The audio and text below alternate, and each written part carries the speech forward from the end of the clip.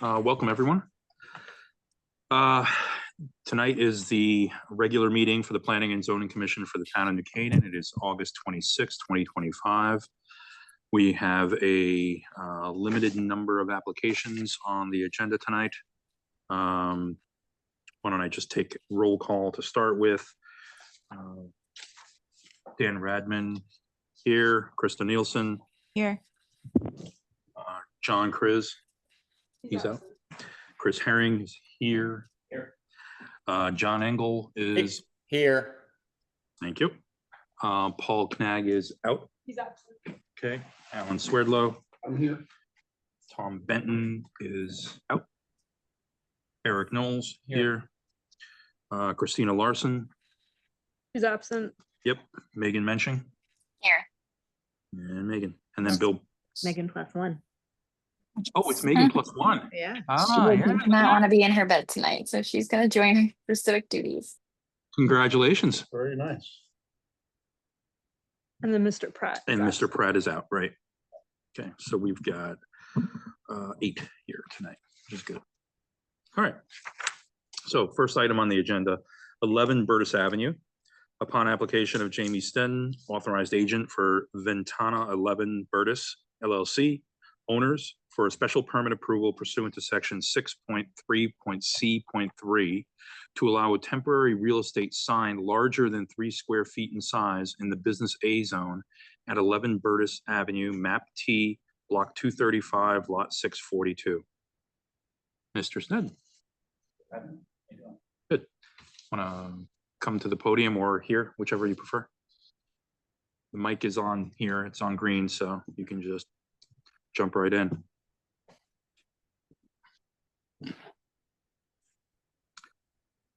So, larger sign. This is for the construction site, or? It is. Okay. And reason? So purposes, it's kind of a significant new development. As you probably know, there's going to be 24 residential and 1 commercial unit being built. The estimated time for completion is actually fall of next year. So it's a little bit over a year from now. William Pitt Sotheby's has been hired to be the exclusive sales agent to represent sales of these different co-ops.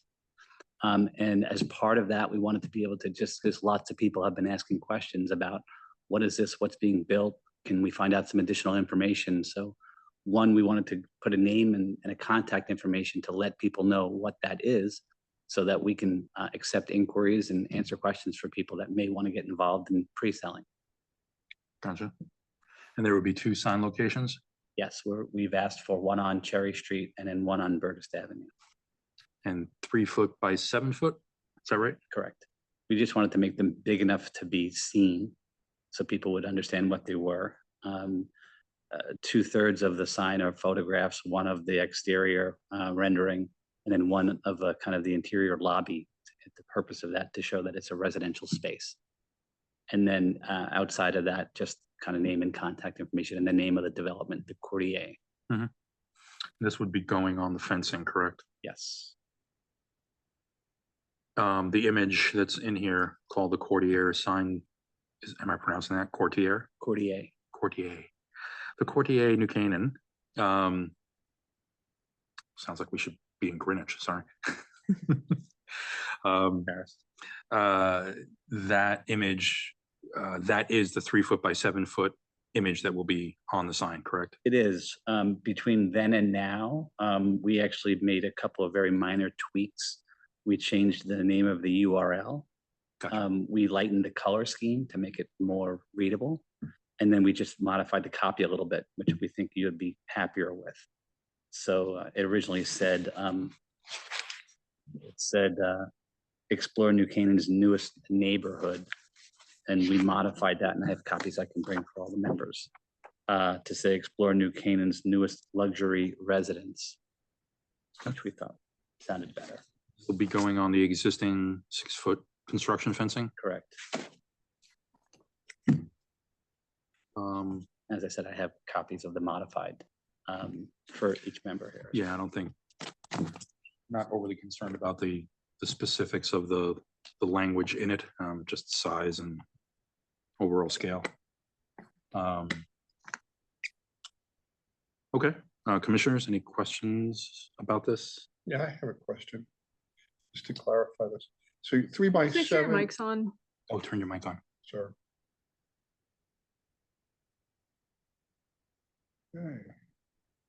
All right, there you go. Okay, Alan Swerdlow. I have a question. You're 3 by 7, 21 square feet? Correct. But here it says larger than 3 square feet. Can you clarify that?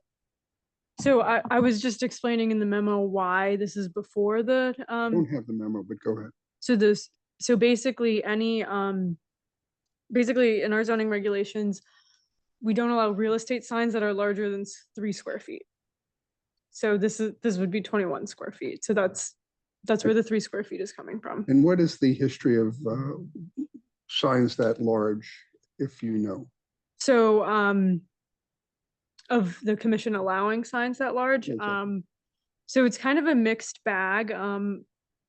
Candidly, you know, in the past with newer developments, they've put these banners up without telling us, and then we receive complaints, and we're kind of, you know, playing cat and mouse of, okay, we know you want to advertise your new development, but it's technically a zoning violation. So, I can't really point to a time where a development in recent history has done this, but I will. The library did The it. library did it? Okay. It's And just before my time then. We approved it. And we approved it. And did what? They had large format signage like this on their construction 21 fencing, square. probably bigger. Probably bigger on their construction They were the full fencing. 6-foot height. Yeah, I want to get the precedent of this, Mhm. an understanding of that. That's why I'm asking. We tend to be a little more lenient with it just because it is temporary, Yeah. just for the duration of the construction. But the 3 square foot relates to your standard, you know, flag post sign that a real estate agent would put up in front of a property. A notification. Yeah, you know, for a residential property. So not very applicable here. And do the regs, as for Sarah, differentiate between temporary signs and permanent signs? No, I mean, we just kind of have a blanket statement that says anything, any sign that doesn't meet our, you know, criteria needs sign site plan approval from the commission. So that's why it ended up here. Okay. Commissioners, anything further? Can I make a motion? Well, actually, do we need to hear from No. public on this? No. No. You can make a motion if you want. I think I'd like to make a motion to approve based on the consistency of design and the appropriateness of it to the site, and the fact that it's not incremental to the street front. It's the same black fencing that is already there. So it would simply, I think, actually enrich the construction site versus detract from it. And I think the library's wrap had a good experience where people knew what was coming and looked forward to it. So I think it's in keeping with tasteful promotion of good development. So I'd vote that that would be my motion. I'll second that. Great. Call to vote. Dan Radman, I vote yes. Kristen Nielsen, Yes. Chris Herring, Yes. John Engel, Yes. Alan Swerdlow, Yes. Eric Knowles, Yes. and Megan Menching. Yes. You are approved. Thank you all very much. Appreciate it. Appreciate it. Well, the baby didn't vote. We I don't really know if the should've. baby's been The baby's asleep. confirmed onto the commission. Okay, next one, this is public hearing, new application, 180 Jonathan Road. Upon application of Rob Frangione, Frangione Engineering LLC, authorized agent for Matthew J. Farrell, owner, for a special permit approval pursuant to section 3.4.C.1.B to allow construction of a detached garage in the front yard within 75 feet of the street in the 4-acre zone at 180 Jonathan Road, map 29, block 30, lot 28. Good evening. For the record, Rob Frangione, Frangione Engineering, representing Matt Farrell, who's here with us tonight. As you said, we're here for a special permit under section 3.4.C.1.B for a detached garage. It complies With the setbacks, it meets the front yard setback, it meets the side yard setback. It meets the building height requirement. It's allowed via special permit. I've included a narrative with the application that explains all the reasons why we comply with the special permit criteria. No need for me to regurgitate that tonight. Coverage, we're well under allowable coverage. Proposed coverage is 4,375 square feet, and we're allowed 5,675. So we're 1,300 square feet under allowable coverage. We have a stormwater detention system, which mitigates all the design storms from the 1 to 100 year. Maria Coplet signed off on that. We've got health and wetlands approvals. And it's a cute little 2-car garage. It's again allowed by the regulations. We didn't set it 75 feet back because if you were to push it back 75 feet, first of all, you'd have more impervious area that you'd have to treat. It would also be on the steeper portions of the site and more trees would have to come down. So to us, it made a lot more sense to just meet the setbacks that are required. And that minimizes site disturbance, it minimizes tree loss, it minimizes impervious areas. And it's just, again, a 2-car garage. So with that, if you have any other questions, just ask for approval tonight. I have one question. The driveway apron into the garage is coming off of Jonathan Road. Did the town engineer approve that, or was there a preference to coming off of the driveway, the existing driveway cut? She just needs us to apply for, I think actually, didn't you apply for the highway permit? Oh, and that got approved. So It the separate curb cut got approved. How many trees are you taking down? I think we need to take down 2. Okay. 2 or 3 as a result. And there's plenty of woods on the right. I mean, it is very heavily screened on that side. Sure, sure. And then, was there an elevation in here or no? Just the, So we do have, I'm gonna stop this share and I will put, oh, you know what? I've got to go. Plans. Yeah, the architectural plans are part of the application. Go back into sharing. oh, there we go. Okay. Boy, Barnyard's killing the market, huh? They got a good product. I mean, it's nice looking. I'd like to have something like that at my house. In fact, I have it designed on my site plan where I could put something like this on my house. I just don't have the funding, and now I have a kid in college. So, we're dwindling the number of Frangiones in the house. So I don't know if I need it. And so I don't know. So the second floor, is it finished? Is it just left open? What's going on the second floor? Space, Matt, are you gonna finish it or? Eventually, we'll do something. Okay, it's not gonna have any plumbing. There's no, Okay. there's no plumbing. So no sink, no toilet, no, it's not an ADU. It's just a detached garage. It's just electrical to the garage.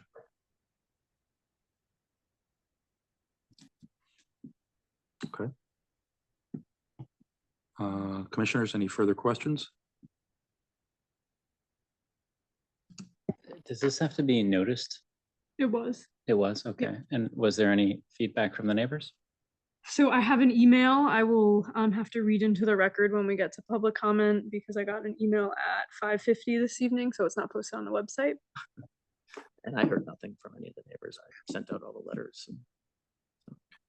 So is this sitting, I know it's a Google Street View, but there's a there's a bit of a hump there. So it's sitting up on that hump, To the right of that hump, to actually. the right of the hump. It's actually on the kind of flatter portion of the site. I see. Gotcha. Nested into the woods.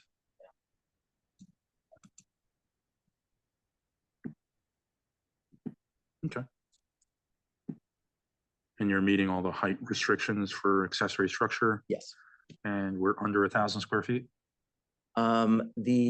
Yes, the barn itself is under 1,000 because the total square footage, including the driveway, was only 1,600 square foot increase. So Gotcha. the coverage went from 4,375 to from 3,475 to 4,375. So it's 900, if my math is correct. Mhm. I have one question. Yeah. Do you have a rendering showing the garage with the existing house? I'm looking through the plans here. I don't see. No, one. I don't. It's just the architectural plans and the site plan. That's all we have.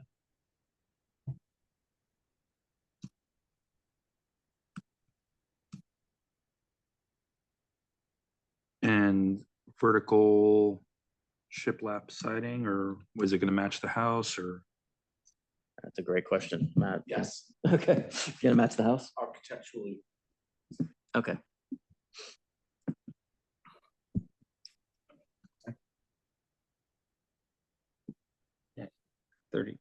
See 34 by 26, so it's 884. 884, yeah. Mhm. Do you have any utilities like HVAC or on the side at this point? No, because again, there's just electric and it's just a garage. There's nothing finished upstairs, so there's really no Okay. reason to. Just at times when if you do choose to, there is sometimes sensitivity if it's on the street side of the building. Right. If you were to put AC units, that's. I can think in be- this case, the AC units would either have to go behind it or to the left because we're tight on both side and front yard setbacks. So I think the AC, if they were to put AC pads and they were to put it right of the building, it would violate the zoning setback. So we'd have to put it behind the building someday, if that ever happens. Behind that 75-foot line. Yes. Mhm. And there's a door. The door, there's the front doors. I don't know if you can see my hand here. The front doors obviously are the front doors of the garage. And then there's a, pedestrian door back here so that you can then walk in the back corner so you can walk to the house. So Are there any, staff mentioned lighting concerns, so are there any fixtures on the outside or floodlights that? right now there aren't. However, I would expect in the front, just having maybe like a sconce over each door and then maybe an overhead light on the door that leads out to go to the house, just because it is in the middle of the woods and it's dark. Like a gooseneck that would point down Right. versus a floodlight? Right. Attention for floodlights at this point. So I'm looking at a street view of this, which is a little difficult because there are a lot of trees in the way. But it appears to me that is the garage going from the street on the right side of the house? Correct. Is it going in place or instead of the little appendage to the right of the house? No, it's How is it sited? so if you look at the plan that's up on the screen here, here's the All right. front of the house, and then this is the garage tucked right here. So it's just basically front yard setback, side yard setback, offset it of 6 inches or so, just to make sure you meet it. And it's right there. So it's hugging those two setbacks. Is it meant to refer architecturally to the piece on the left side of the house that I'm looking at, street view? yes. Yeah, so that was the point from which your architect was able to understand how this thing should be designed? Yes. Okay.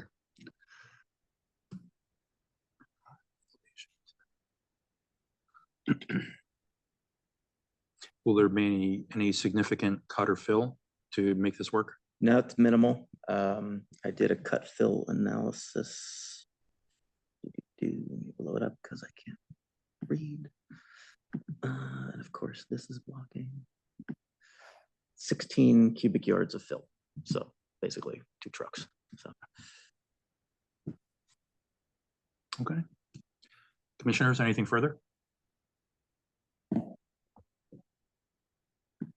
Anything further from your side? No. Okay. Anyone in the public on Zoom land? There's no one here, so. There's no one on Zoom, but like I said, I do have an email to read that, so I received this at 5:50 this evening from Valerie and Anthony Battaglia at 198 Jonathan Road, which I believe is to the right, like if you're facing the house to the right of 180 Jonathan. So I am unable to attend the hearing tonight regarding special permit application for 180 Jonathan Road. I would like to provide the following concerns and requests for consideration. One, no exterior lighting on the rear and right elevation of the barn, as it will directly shine into our master bedroom and bathroom due to the barn's elevated position. Two, additional landscaping along the perimeter of the properties to provide screening and privacy. Three, ideally the barn should be painted in a color that camouflages with or complements the natural surroundings. I could certainly say that there's no intention to put any lighting on the right or the rear of it. Again, the door that leads to the house on the left side, so it's opposite the Battaglias, so they'll never see that. And then again, the front, if anything, it would just be those little gooseneck lights. As far as screening, I'm sure that's something we can look into. Again, there's a lot of big trees that are staying, so those will, I really tried to tailor this plan to keep these big trees over here and this big tree over here. And these trees here, I really tried to get all the drainage in so that we were minimizing tree loss. And then as far as painting, yes, I'm sure nicely painted. So. There's a lot of vegetation between Yeah. neighbor and you. And I worked hard to try to keep as much of that as I could. Mm. So. Okay. Well, I think based on that information, they satisfied the neighbors' concerns. So, commissioners, do I have a motion?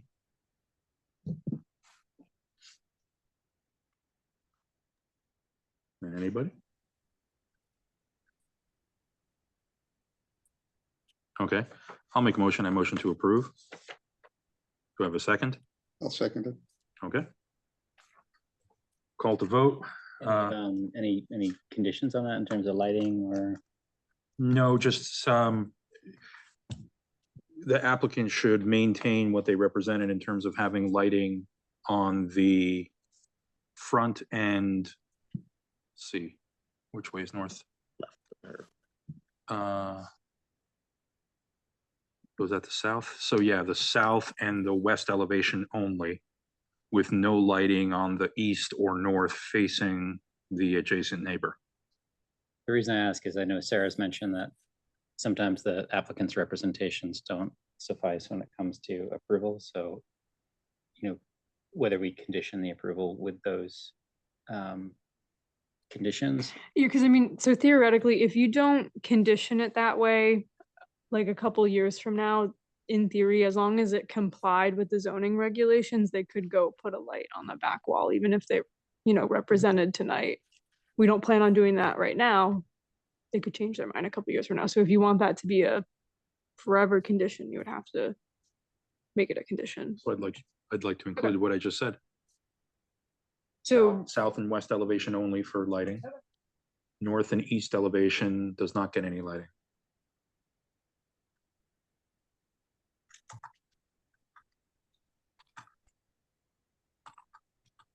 Okay, so we have a second call to vote. Dan Radman, I vote yes. Krista Nielsen, Yes. Chris Herring, Yes. John Engel, Yes. Alan Swedlow, Yes. Eric Knowles, Yes. Megan Minching. Yes. Passed. Thank you very much. Thank you. Have a great night. Is this the fastest P and Z meeting you guys have had? We're breaking records this summer.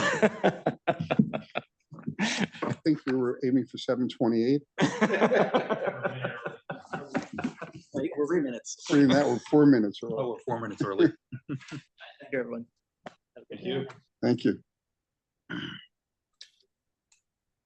Any administrative actions that we need? nope, I have nothing.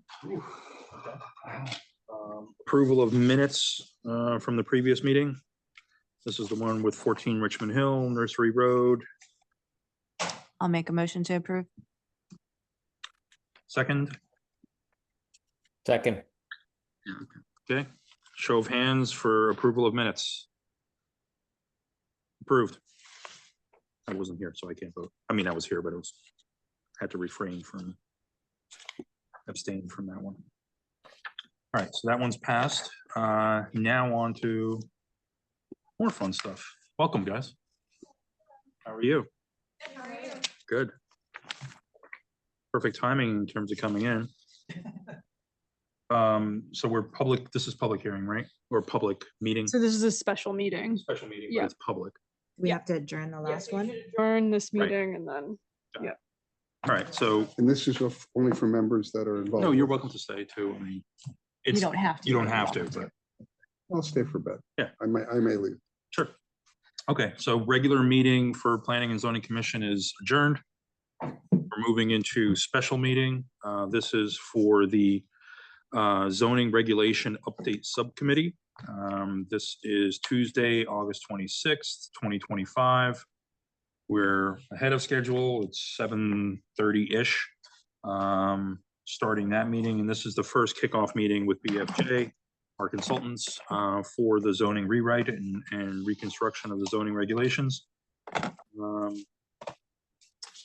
Right now, we've got the planning and zoning subcommittee.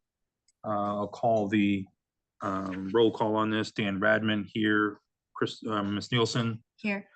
John Chris is out, Tom Benton is out, Mr. Knowles. Here.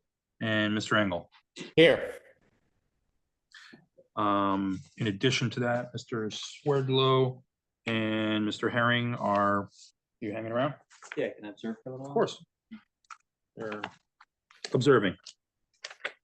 and Commissioner There's two Mensching pieces in this. as well. Sorry. And Commissioner Mensching is staying on. Yeah, as oh well. yeah, And the baby. sorry, and the baby. Megan, Commissioner- you're gonna stay on for a while? Probably not too much longer, but I want to see the intro here. Sounds good. Feel free to stay as long as you want. Somebody lost the second piece of that. It was paperclip. I think you did. Oh, did I? We have extra packets here if you need a full Yeah, we have packet. extra copies. You too. Yeah, I probably missed it. I think you just on paper. Everyone has one? Yep. We do.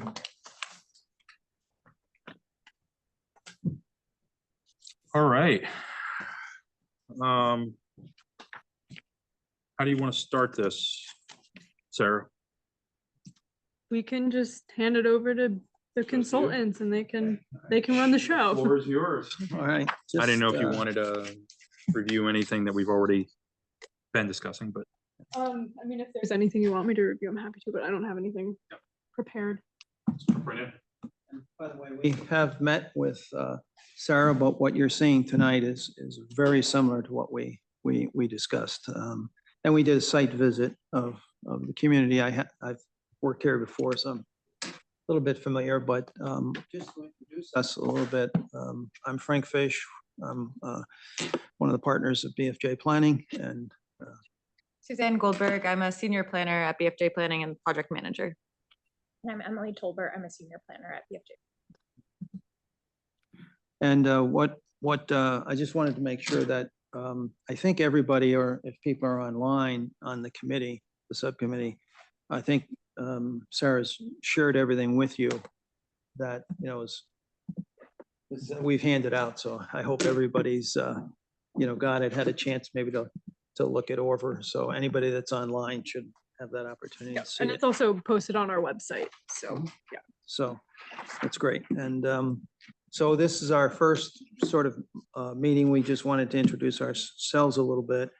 And then there are other people as need be in our office that if we get into something like that would involve urban design. We have a head of urban design in the office, Jonathan Martin, or in fact, he's working on another code right now where we're illustrating some design concepts and with traffic or parking standards, those types of issues. I think Sarah knows that the BFJ, the J of BFJ is a man named George Yakimar. He's our transportation and parking person. We've done a lot of parking standards, so we can look at those if they come up. But the core team is the three of us, and that's why three of us are sort of here. So as things come up, though, where we need other people in our firm, they'll be available to us. So, but my thought I would do tonight is that just to item 2, well, is there anything else we should say on introductions or? I mean, I guess we could just Yeah. really briefly recap. So we met earlier in August. We kind of had very, very similar agenda and kind of, so everything that they're going to present tonight I did round one of vetting, so now this is the subcommittee's chance to do their round of vetting, similar to how we did everything with the POCD. And then I drove them around New Canaan, tried to hit all the hot spots in our town vehicle. So we drove around a lot, like the B res zone, the A res zone. I took them up to Grace Farms. Trying to think where else. The high school, Waveney Park, the library. We kind of drove all over, so they got to see firsthand with my commentary, you know, what's going on in New Canaan. Great. Happy to see some of these again. We worked originally many years ago on a facility study for New Canaan and a market study downtown. So went back to got a chance to go back to a restaurant I knew tonight. I shouldn't say which one, I guess, but so I don't advertise anybody, but it's very nice. So that's why we're right on time though. So, but just to discuss the timeline, I think everybody has this. It's your second page after the big timeline in there. And if you all have that, I just wanted to highlight it a little bit. This is really from our, you know, our proposal, our contract. And what it is to just go over with you just a little bit. We'd like to set, if we can, some dates, or at least, you know, maybe discuss them a little bit. And that is we've had a sort of, just as Sarah described, a kickoff meeting with her and also your town engineer, I believe, Steve. No, the Zoning enforcement enforcement, yeah, officer, Stephen. right, Stephen. And then a tour. And this is our first meeting with you. What we'd hope to do is go through some of the initial things we've gone through and highlighted with Sarah. But the other thing is to look at the red dots here. It's, you know, phase 1, 1.3, meetings with P&Z and our committee. We're hoping to have a sort of second meeting with you, a second meeting in October, if that's possible. And I think we had discussed with Sarah, maybe the 8th or 9th, if one of those evenings was good for you. And the reason for that is, as we get into this, we'd like to just to highlight public engagement, the line there with public workshops. You'll see in the end of October, we're hoping to have just an opening workshop. And we're looking at October 23rd, I believe, at 7. So I wanted to just go over those dates because what we thought we could do with you tonight, we're going to go over the initial things, public engagement strategy, a few things in our contract that go over existing, what's in your POCD, those types of things. What are the recommendations for zoning? But then the second meeting with you, we also want to prepare. We want you to see everything we're going to present to the public in the workshop. We would like, through Sarah, everything we do, we'd like the committee to see, you know, first. And so we thought we could prepare for the workshop on either October 8th or 9th, whatever's kind of good for you. I think we had the 8th. I had the 8th on my calendar. I don't know why. Yeah, so I sent around the dates to Oh, the okay. Subcommittee, and I think the 8th was mostly good for, I think there was 1 or 2 absences. Yeah, I think everyone else was available on the 8th. For the 8th, Yeah, let me Okay, just double check the meeting room schedule, which I can do right now.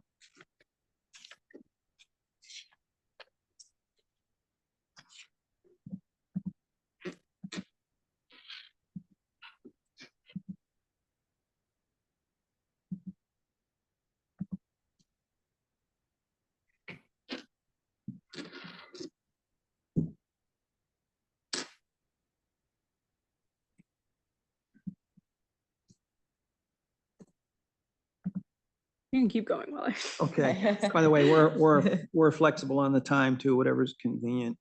And then I think Sarah may have already checked for October 23rd. I sent that date around as well. Yeah. Okay, great. Great. So because we would like to, you know, get underway with publicity, that type of thing, and maybe some posters and get it all online. We find the more, you know, the more notice we can give to the public, the better off, so that, you don't get to a public hearing and the classic thing I always say is, the public hearing, someone gets up and said, I never heard of this. Why didn't I? Type of thing. So in the first workshop, the only thing we anticipate right now is going through with the public, sort of what the schedule is, what we've been asked to do, and sort of existing conditions and the analysis of what you will see tonight, and perhaps see also on our October meeting on the 8th, on October 8th. If Yeah, so that's- October 8th is good. for Great. that. Great. And then we would prepare for that, public information session, a public workshop. We are thinking of that, and I don't want to, so I'm going to hand this over to Suzanne in a minute, in terms of that public engagement strategy. But we hope that workshop could sort of be a New England town hall style, where we're starting out, we'll describe everything to the public, maybe take a short break, and then, have a Q&A, comments from them, questions, so that everybody gets a chance to speak. And this is such a high-tech place that, if they want to ask questions later, people want to ask questions on Zoom and that type of thing. So everybody gets a chance to participate. And so that's the overall beginning of this. You can see on the red dots, we're hoping to just continue meeting with you right through the very end. Our belief is we don't want to go off on any tangents. We want you to see everything that we're doing, and that as you see it and approve it, then our hope is that gradually it goes up online, so that when we get to the end, people who are following or care to follow, they've seen almost everything on the website. And so by the time we do get to that end of the process and to, a public hearing, that really the public should have had every opportunity to read things. And zoning is a little bit different than, the POCD, which you've done and we've gone through now. POCD, there's a lot more of interplay with visioning and direction, where you're going to go as a community. But zoning is now, you've had a very good process, we think, from what we've seen and heard. So the POCDs outline that direction, but now with zoning, it's a little bit more detailed. So we're going to have to get into that detail and be able to get it up online so that people see it. Because zoning can be, I'm sure as you all know, you are the P&Z, can be very detailed. So that's going to take a little bit of time for the public to absorb, unless they're, attorneys practicing before you and your own counsel, that type of thing. So, so that's the introduction to the timeline. I'm going to turn public engagement, which is our item 3, over to Suzanne, and then Emily's going to pick up on some of the other items.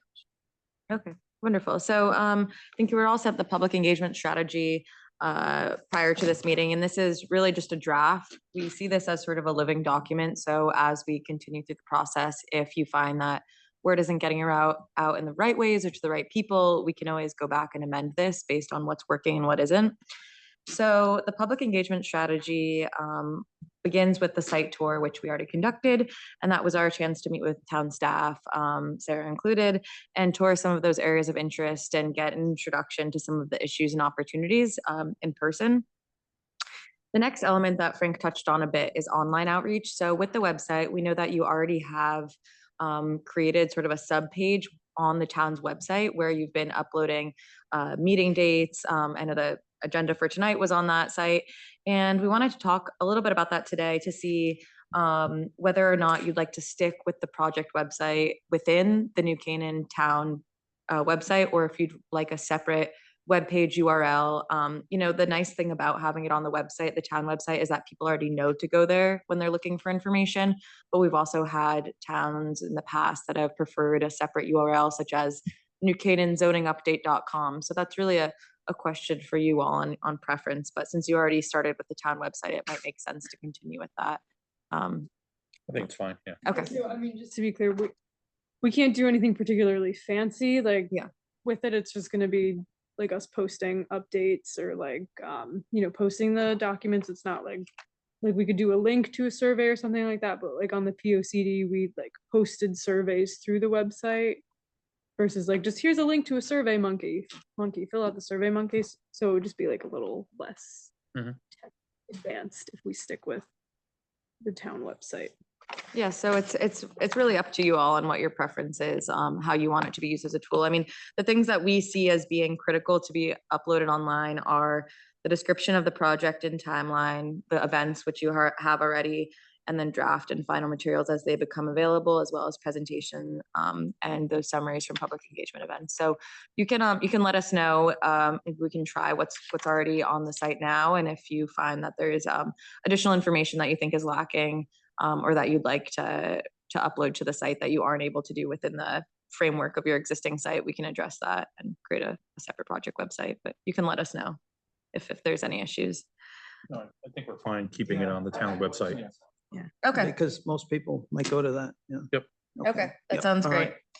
So one thing that will be linked on the website, as you were saying, is the survey. So as Frank mentioned, there's there's a difference between the POCD effort that you already went through and the zoning public engagement strategy. So with the POCD, you already did a tremendous amount of work with the visioning survey, sort of establishing those overall vision and goals for the community. And so this will be a little bit more targeted in our outreach. So related to the survey, we want to focus on some of the visual components that make up the downtown area, because that's a little bit easier for most people to grasp at first glance if they're taking a quick survey, as opposed to getting into the nitty gritty of each setback and things like that. It's usually easier to show precedent images. So we thought it might be useful. We know that downtown is one of the focuses in the area around the train station of this zoning update effort. So we thought for the survey, it might be useful to conduct it, first of all, between the first and second workshop. That way people are already introduced to the process. They know what we're doing here. They have some information that they can react to, but to really focus on some of that precedent imagery and use it as a way to, sort of confirm the overall goals of the zoning process. And see what types of visuals and examples people are most interested in seeing, and how we can then synthesize that information on what the community preferences are into the specific zoning regulations, which would be our job as subcommittee and consultant to actually translate that. When you say visuals, are you mostly focused on bulk related questions? You focus on use related questions as well? I think that can be both. Mixed use is something that we've seen past people react to, showing diversity of uses, whether that's combined in the same building or separated by use. I think getting interest on that, and then also the built environment, visual elements like bulk is one thing, but we also know that you're interested in looking at signage, and so we wouldn't obviously do a deep dive into that, but there are certain ways that we can test different strategies and see how people react to them based on those precedent images from other towns or from New Canaan itself. Right, Yeah. because I'd be interested in the question of the variety of uses in the downtown, right? Like, Yeah. It's bulk is one thing, but people are also, I would imagine, interested in how can we explore a wider variety of uses than what you see now, and if it's something that's preferred. There's a lot of restaurants, a lot of retail shops. Maybe there's other commercial uses that could be something that people are interested in that we don't have, that maybe surrounding towns have. So I would, not simply focus on kind of the bulk and the visuals, but kind of, the uses and stuff Right. as well. That makes a lot of sense. Yeah. We We could can do definitely that. focus on that. Yeah. Yeah, we're working at some other, places like Greenwich where that issue's come up. And it's come up in a few other municipalities where actually getting a wide variety of uses allowed is sometimes very good, because the changing market in retail due to, the Amazon effect partly, and also in office lately is not only the working from home, but also, quite frankly, now, this is new, we're experiencing it in Stanford and even in New York, where our offices are, in AI. It's an effect on the office market, and that's just emerging. And I don't know where that's going exactly, But I think the more uses you can allow in a downtown, including residential, you've got most of those uses in downtown now, but I think those uses would be good to explore. And then also, yeah, how they're permitted. I know that some special permits is something you wanted to look at further, so that'd be a good way to look at that too. Okay, that sounds great. So the survey would be launched between the second and third workshop first and second workshop, and you would see all of those precedent images and have the chance to look at them and see if there's one thing you want to emphasize more or less, and you'll have access to that ahead of time. The next really crucial piece of public engagement is stakeholder meetings. And so, as mentioned before, zoning can be pretty technical, and stakeholder meetings we see as a way to really interact with everyday users of the code and have their detailed issues and opportunities, what is working in their day-to-day and what is not. And so we've actually talked with Sarah about setting up some of those initial meetings. So we're aiming for, I believe, September 18th for the first stakeholder interview with the town engineer. And there's also ways that we are thinking of maybe combining some of these if there's synergies between their focus areas, like the Inland Wetlands Commission, and town engineer potentially, or also, setting them up back to back. But we think this is a really important way to develop a comprehensive view of the zoning code from the experts. And so that'll help us really hone in on some of those specific changes and where you want to focus some of the zoning update efforts. So some of those stakeholders already identified are the town engineer, as I mentioned, the attorney, Inland Wetlands Commission, DPW director, the parking manager, the building department, and fire official. And if there's anyone else that you think we should add on to that, please suggest any stakeholders. We're happy to have those meetings. From private side. So that goes into the focus group, which is next on the Okay. engagement strategy. So this was really just like town staff. Mhm. Yeah, focus on town staff, and then you can get to those Okay. focus group. We have the development community in there, and hopefully a few of their attorneys. Yeah, Hmm. so that's a Good good luck with that. transition. Yeah, no, but we like to hear what, they might overstate things, but their own problems, but Is the idea to have them as part of the public workshop or separate? That's separate. the next, Yeah. the next item. Yeah, on I here. would prefer that they not dominate. The focus group on the, Yeah. if you go down one paragraph on the public engagement strategy. So on page 2 of the public engagement strategy, we have the focus group. So that's separate from the stakeholder meetings. The stakeholder meetings, as Sarah mentioned, are really the town departments and town staff. And then the focus groups were intended to facilitate 2 stakeholder focus group sessions. And also they're obviously invited to the public workshop as well, but these would be more targeted times to interact with them. So this would include architects, engineers, developers, business owners, and we would rely on the town staff and subcommittee to assist in developing this list of practitioners. We think it would be most useful to have the first meeting in November once we have a little bit more information to present to them. We'll gather initial feedback, incorporate that into the recommendations, and then the second focus group would happen later in the process after the draft materials and zoning recommendations have been developed. That way we can get further feedback from that group of practitioners. And by the way, before we meet with anybody, Sarah will know and can inform you what we sometimes say. It's entirely up to you, but I'm very happy to have any of you attend any of those that you want, any of these stakeholder meetings or focus groups. Do you foresee, the question to Sarah, do you foresee that focus grouping by invite for the So, I mean, that's- aforementioned people, or is it gonna That's be? one of the big things that I think we need to talk about. I don't know if now's the appropriate time or a little bit later in the process, but I think it's partially a function of we don't want too many people and then we're diluting the product. Right. But so it's kind of going to be supply versus demand. How many people are interested versus, how many are willing to actually put the time in to do this. So I don't have a perfect answer for you to Mhm. that question. Well, I mean, I'm sure there's a handful, probably more than a handful. I'm sure there's a dozen people that regularly come. Yeah, I mean, I before can think you. I could think of, like 5 engineers, 5 architects, 5 land use attorneys, like right off the For top sure. of my head. And it's just how many do we want versus how many of them are actually willing to. It's good to cast a This is- wide net yeah. and see who comes in. Mhm. See who comes in, yeah, although if we get suddenly 25 or something. Yeah. We might we want narrow to it divide down. it. We Yeah. might want to Yeah. get it a little smaller because I find sometimes in a smaller, you know, a dozen or so. Yeah. That's good number. A bigger number, sometimes you don't get as much. And So I mean, we we could can divide always, it up then. I could always like put together a list, send it to you all just for approval, and then I could just put together like an interest survey and send it out to all of them and then gauge how many people are interested or willing, and then we could go from there. I think that's a good idea. Yeah, that is. Sounds great. That will be an interesting focus group. Yeah, that's important, definitely. Okay, great. So the public meetings, Frank touched on this a bit. So the first public workshop, we're aiming for October 23rd. As Frank mentioned, this is really intended to be an introduction to the process. Something we've found useful in other communities also is a zoning primer, zoning 101. So what is zoning? What's not zoning? Why does zoning matter? Sort of help people get introduced to the process and why we're here and what the point of this is.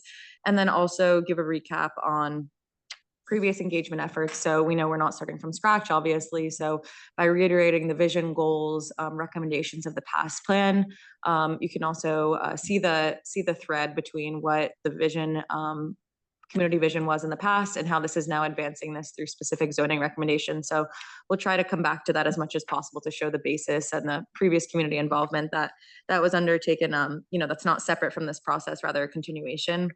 So we propose. Will we get a preview of what you'll be saying for that? So that's the next committee meeting, October 8th. We'll have a draft presentation, which we'll show you. That will include all of the slides that we plan to present. And if there's anything you want to add or remove, we can. Yeah, I'll just say we're sensitive to that just because we've had previous, without naming names, we've had previous applicants and consultants sit before us and tell us how zoning is irrelevant and not necessary and detriment to development in any particular state. It was kind of laughable. So myself as an architect, I wanted to, well, whatever. I thought it was ridiculous. Yeah. So I want to make sure we're aligned on what the message is. That's a great point. Yeah. Oh, yeah. Yeah, we'll have that. And that's why we wanted to make sure we meet with you on the 8th now before the workshop. So that you see everything going into the workshop. And on the 8th, you may make changes, suggestions and everything. We'll incorporate those, send them back to Sarah. So you get them before the 8th. I'm sorry, before the 23rd for the workshop. So what we present in a workshop, we want you to see everything ahead of time. We'd be at the workshop? Yes. Yeah. Oh, okay. Yeah, I find it's, you know, it's always good. You can hear it on a transcript. That's true. You don't have to be at the workshop, but it's good to be there because, I don't know, you hear the person, you hear sometimes by just the intonation and, you know, what the real kind of strong issues that are coming out in the workshop are. Sure. But you don't, you know, we had a Connecticut, just came up very recently and question from the chair of the planning commission in Brookfield saying, you know, you didn't have a quorum at the workshop. You say you don't need a quorum. you don't, as long as someone is there representing you, that's okay. You don't have to feel you have to come, but we encourage it because. Yeah, I was asking from more of an optics perspective. Would you rather have, right? Do you find people, if we're here, are they more likely to say what they feel? Are they less likely to say what they feel? Kind of, does it matter? I think optics are good if you're here. I choose you be here because I rather have, for instance, the chair maybe open it up, you know, where I think you can be effective is like a focus group meeting. But I think for the public to see that you're running things Yeah, is, I think, a plus. I would definitely agree with that. And just, you know, to show that the you know, group that is charged with this important task is taking it seriously and, you know, putting in the time. Alrighty. Okay, so yeah, we plan to conduct that as a town hall style presentation. You'll see ahead of time. And then we would allow for public comments and questions at the second half of the meeting.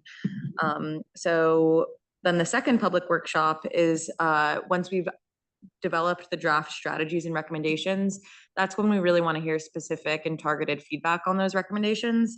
So we want to make sure that the presentation, is easy to understand, but also elicits, more in-depth conversations. So we see that more as potential of an open house or roundtable discussion. So we would give a presentation, an overview of the revised regulations, and then people could split up into roundtable discussions, for instance, and dive in deeper. We would have a member of our team, we could bring other additional members of our team to come and facilitate these discussions at each table. We encourage you to spread out and listen and also answer any questions about the process.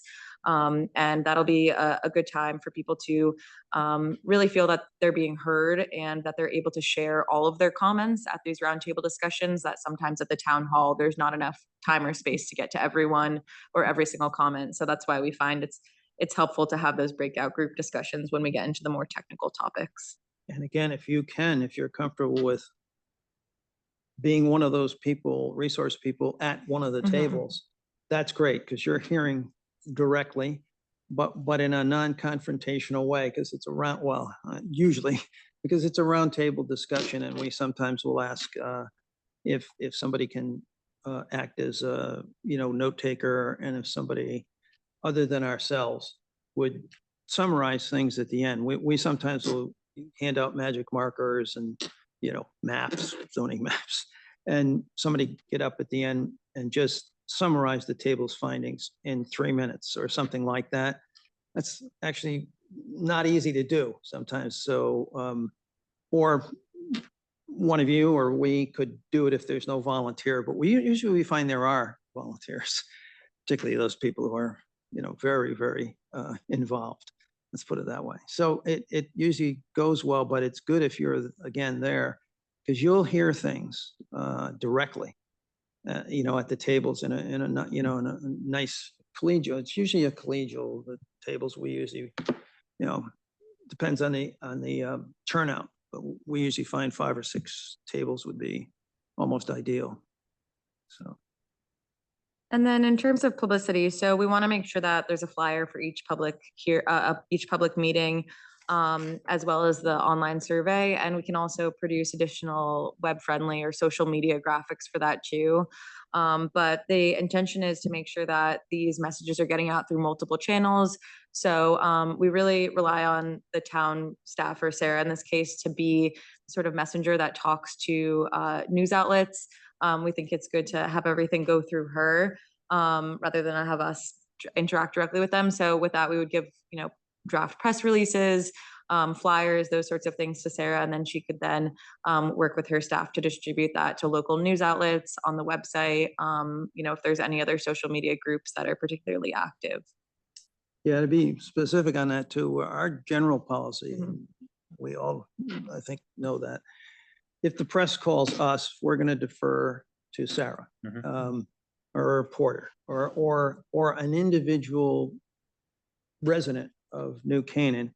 We'll refer them to Sarah, and then that way who's calling, because she'll communicate everything to you. And then if Sarah says to us later, oh, you should talk to this person, then fine, we'll talk to them. But otherwise, we would like everything to go through. Yeah. Sarah. The one thing we want to make sure of is when we're having the public forums, the public meetings, that those are advertised and notified as early as possible, because we all know what will happen. We'll have a public forum, what is the first one in October of this year? And by November, there will be an article or something will come out about the public forum, and then you'll have the pitchforks come out, say, we never knew about it. We were never invited, blah, blah, blah. So yeah, that's I right. think we got good practice with the POCD, and I do think for those public workshops, they were well attended. You'll be surprised by the zoning regulation amendment. I'm sure. I'm trying to be positive though, It's going to be a whole different temperature. By the way, we sometimes succeed, but what happens usually, well, there's always someone that gets up at the end and says, I never heard of this. Why wasn't I notified? But we're going to try our best. The workshops, the stakeholder groups, media outlets, And quite frankly, what I find is very helpful, we're willing to do this, but I'm sure that Sarah would do this. If you can feed or not, wrong term, if you can produce a press release for the reporter, many times they'll use it. So it'd be fairly accurate. Mhm. And we're willing to write a draft or anything like We should that. do that because that Yeah. type of a press release is what Deanna could send out with her email Yeah, blasts. I already have that in the works, not Yeah. the actual press release, Yeah. but they know that that's coming down the pipeline for the October 23rd meeting. So we, Yeah. we did that for the POCD and it went well. Yeah. So I'm not worried about having a process for that. Okay, so yeah, we'll try to get those to you as early as possible. I think after Labor Day, we should start probably, getting you materials to advertise for the October meeting, the October public workshop. And yeah, so e-blasts, if there's an email listserv you like to use, social media posts, press releases, those are all included in the public engagement strategy. And the final two elements I'll touch upon here, the Planning and Zoning Commission meeting. So when we met with Sarah, we discussed potentially meeting with the full Planning and Zoning Commission around 2 to 3 times throughout the process. And we want to make sure that, they're informed. You all obviously, are informed and can help spread that information. But we think it's really important to keep them abreast on the progress and also get their input as much as needed. So we have built in around 2 to 3 meetings throughout the process at different points. Certainly once draft materials have been formulated as we're in the process of drafting those. So we can discuss when those exact dates are, but we anticipate those taking place during the regular Planning and Zoning Commission meetings, just for ease of scheduling. It could be an agenda item, but we can discuss specific dates maybe at the next meeting. Yeah, and the other idea, and Eric, you asked, when should you be involved or that type of thing? I think if the whole commission, and I'm sure Sarah's gonna do this anyway, the whole commission can be specifically invited, to the 2 workshops and encouraged to come, sit at a table, type of thing. Then the whole commission's involved, because at the end of the day, after the public hearing, it's your vote on, on the adoption. Mhm. Or adoption with changes. So obviously we don't have to do exact dates right now, but could you just generally outline what you were thinking of when you would meet with the full commission, just so? Yeah, I think we definitely wanted to meet, maybe perhaps we could do after the first workshop and then after the draft materials, and then once revised materials after the second workshop. Does that make sense? Or does that? Yeah, so. So that'd be 3 meetings. So the first Yeah. one would be after the first workshop. We Yeah, can sort of after the recap workshop. the public feedback we got, and the progress we've had up until that point. And then after phase 3.1 and 3.2, that's when the draft recommendations, so that would be the second meeting. And then the third meeting would be once the next draft and revisions have been incorporated, then we can get final input. Where do you see focus groups happening? So those we can add those into the timeline. We have one we thought would be in November. And then the second one we thought would be after the draft materials have been developed. So one would be in November, and then one would be potentially in March. Mhm.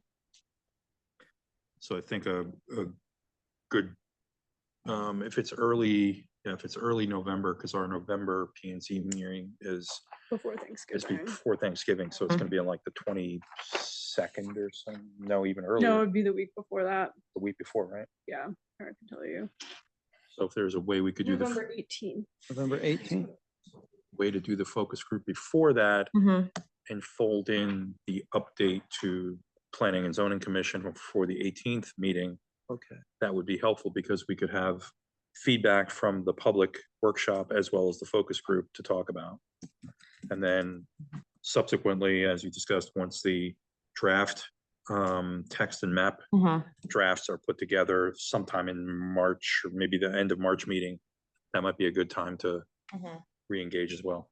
And we will also have to just, you know, it depends on the application load. It has been very quiet the last couple of months, but usually our regular meetings without having a big topic like this go to 11, 12 o'clock at night. So it may not be feasible Okay. to do it during A the, special meeting if you needed. might have to. Recall, but you were saying November 18th. Should we keep that open just in case? I'll be away, but Gonna be away. yeah, All right. yeah, but So you will have had both the public meeting or the Will public be engagement and the stakeholder meeting by the 18th? potentially if we do the, I guess it's a function of how close to the public workshop do you want Why this can't- first stakeholder Why can't meeting? you do it in December? I mean, you could. Because you're still gonna have, Yeah, the- you're yeah, still you gonna have could do it 3 in months December, in. yeah. Yeah, we could do it in So- December. Yeah, okay. A meeting with you anyway in December, but Okay. on the timeline, there's a red dot for December. We just didn't Yep. set that date yet. That's fine. okay. Okay, good. So either end of November Or or December, December. Okay, yeah. that sounds good. We can. And that just brings us to the last element on here is the public. We typically don't like to have public hearings in the later summer months, just because people are away and you want to get maximum involvement. So we were anticipating holding the public hearing as early in June as possible before schools get out. Just wanted to confirm that that target date works for you. Deal. Okay. Good, okay. If we don't hit that, it's September until we Oh, actually have yeah. the public hearing, so. If we can have it before school gets out, then we've got the summer Yep. to really not recoup, but Fine. reflect on what the public said and make any changes that you want. And then again, get a document ready in September Mhm. when public's back and so there'd be a revised draft then. Okay, that's all on the public engagement strategy. Frank, before we move on to the key issues and opportunities, do you want? Oh, Let me yeah. ask one question, Sarah, in terms of adoption of the final document, what's the protocol in terms of they're gonna produce a work product that we will vote on as a subcommittee first?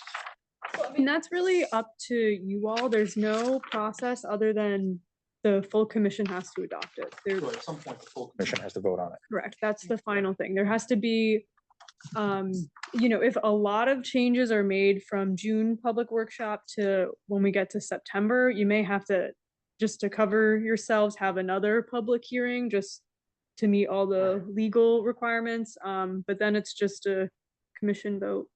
I think what my experience with it, it's just what Sarah said, but if you have a lot of, if you have, you could have comments after the public hearing. And as long as you're acting on those comments, or you're refining them or, you know, reflecting on them, and they get into the draft, that's fine, because they were all discussed at the public hearing. However, if you, over the summer, decide, oh, you know, we forgot this, and your attorney, I usually defer to your legal counsel. If he determines it to be of substance, a substantive change, particularly one that goes in a direction that's different than the draft document, which was before everyone at the public hearing, you'd be faced with another hearing, which that's why we like to be very close to you all and have gone through everything that goes to that public hearing you've seen and you're comfortable with, because otherwise, if a surprise comes up, you know, over the summer, you could, and having another public hearing is, you know, you got to notice it, you got to, so it, We don't yeah. wanna do I that. will, just to go back to your question, you know, having the subcommittee vote beforehand, not legally required, but, you know, ideally, you all are on the same page. So then when it goes to the full commission and the public, you know, there's less back and forth and, you know, it leads to adoption. Yeah, I would think that would be Yeah. the check-in with the subcommittee in August, the red dot in August. Yeah. And then follow through with the full P and Z meeting. Okay. Yeah, you want to do? Yeah, I just wanted I'll to, do just, you want to talk about the organization yeah. of the code? I just want to praise the predecessor, I guess. I do think the code, as we said kind of in our interview, everybody, this is a code that is unlike a lot that we deal with in Connecticut. I think it's well-organized code, the organization of the code.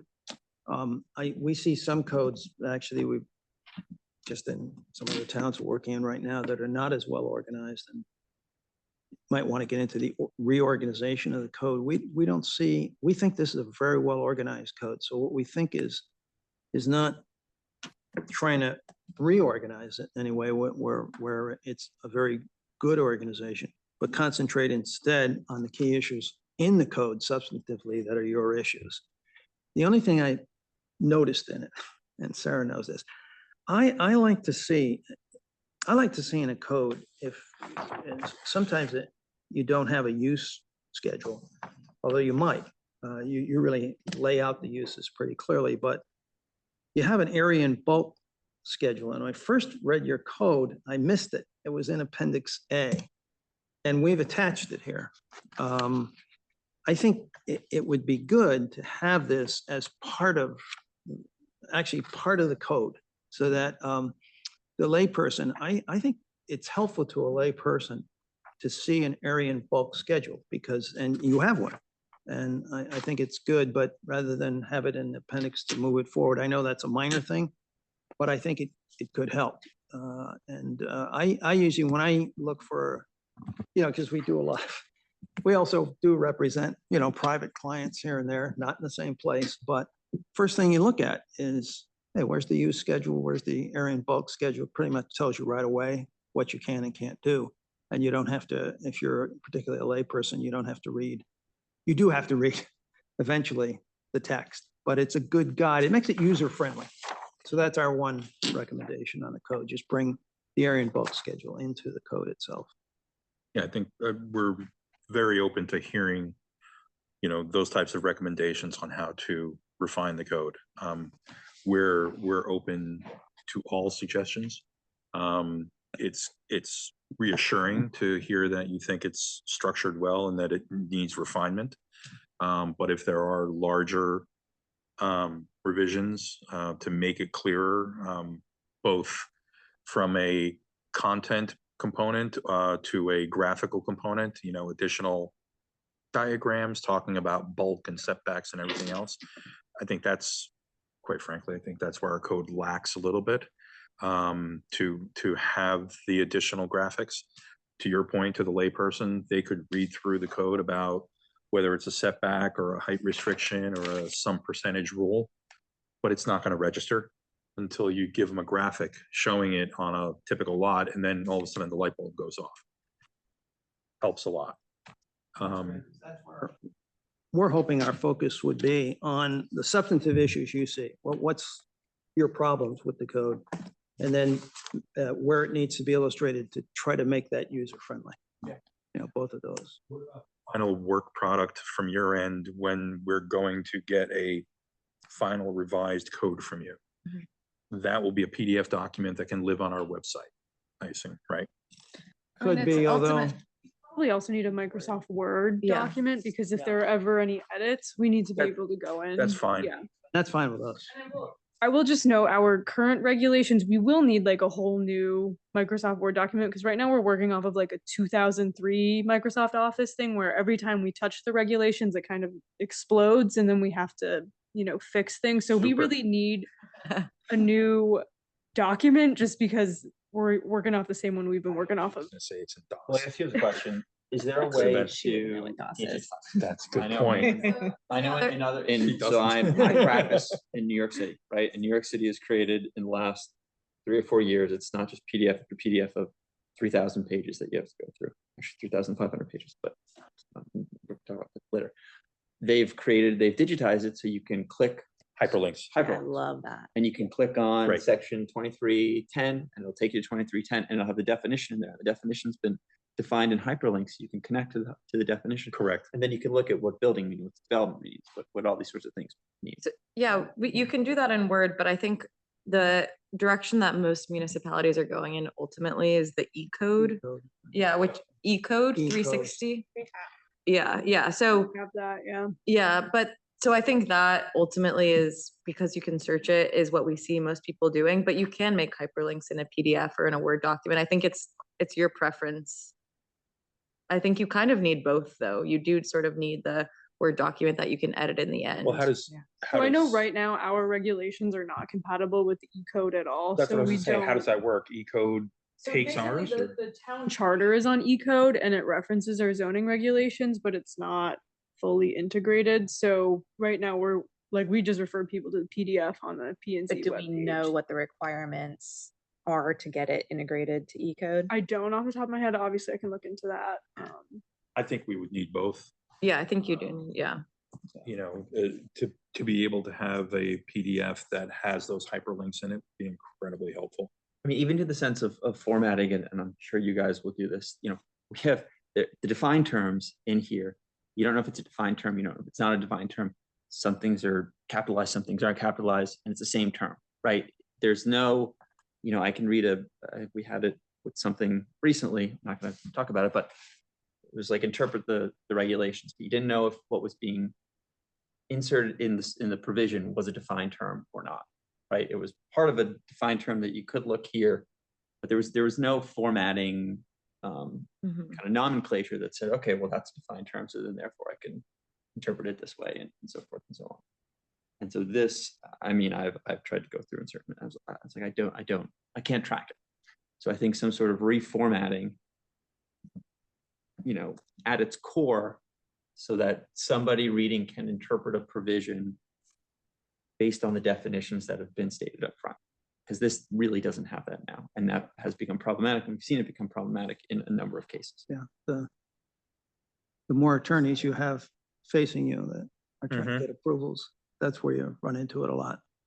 Well, yeah, well, and it's, you know, like if you're looking at it and somebody says, well, you know, okay, it says, you know, building height, what does building height mean, right? Building height can mean 10,000 Oh, things. yeah, And then you, right. right, so like, Yeah. that's kind of where I'm going. So, you know, I think, The other third item I'd add before we get into E code or just even a PDF, I'd like your town council, you know, who would be, we'd like him or her, you know, to read through it. Oh, yeah. Make sure they're all set on it. They're pretty important, I think, because they end up defending you.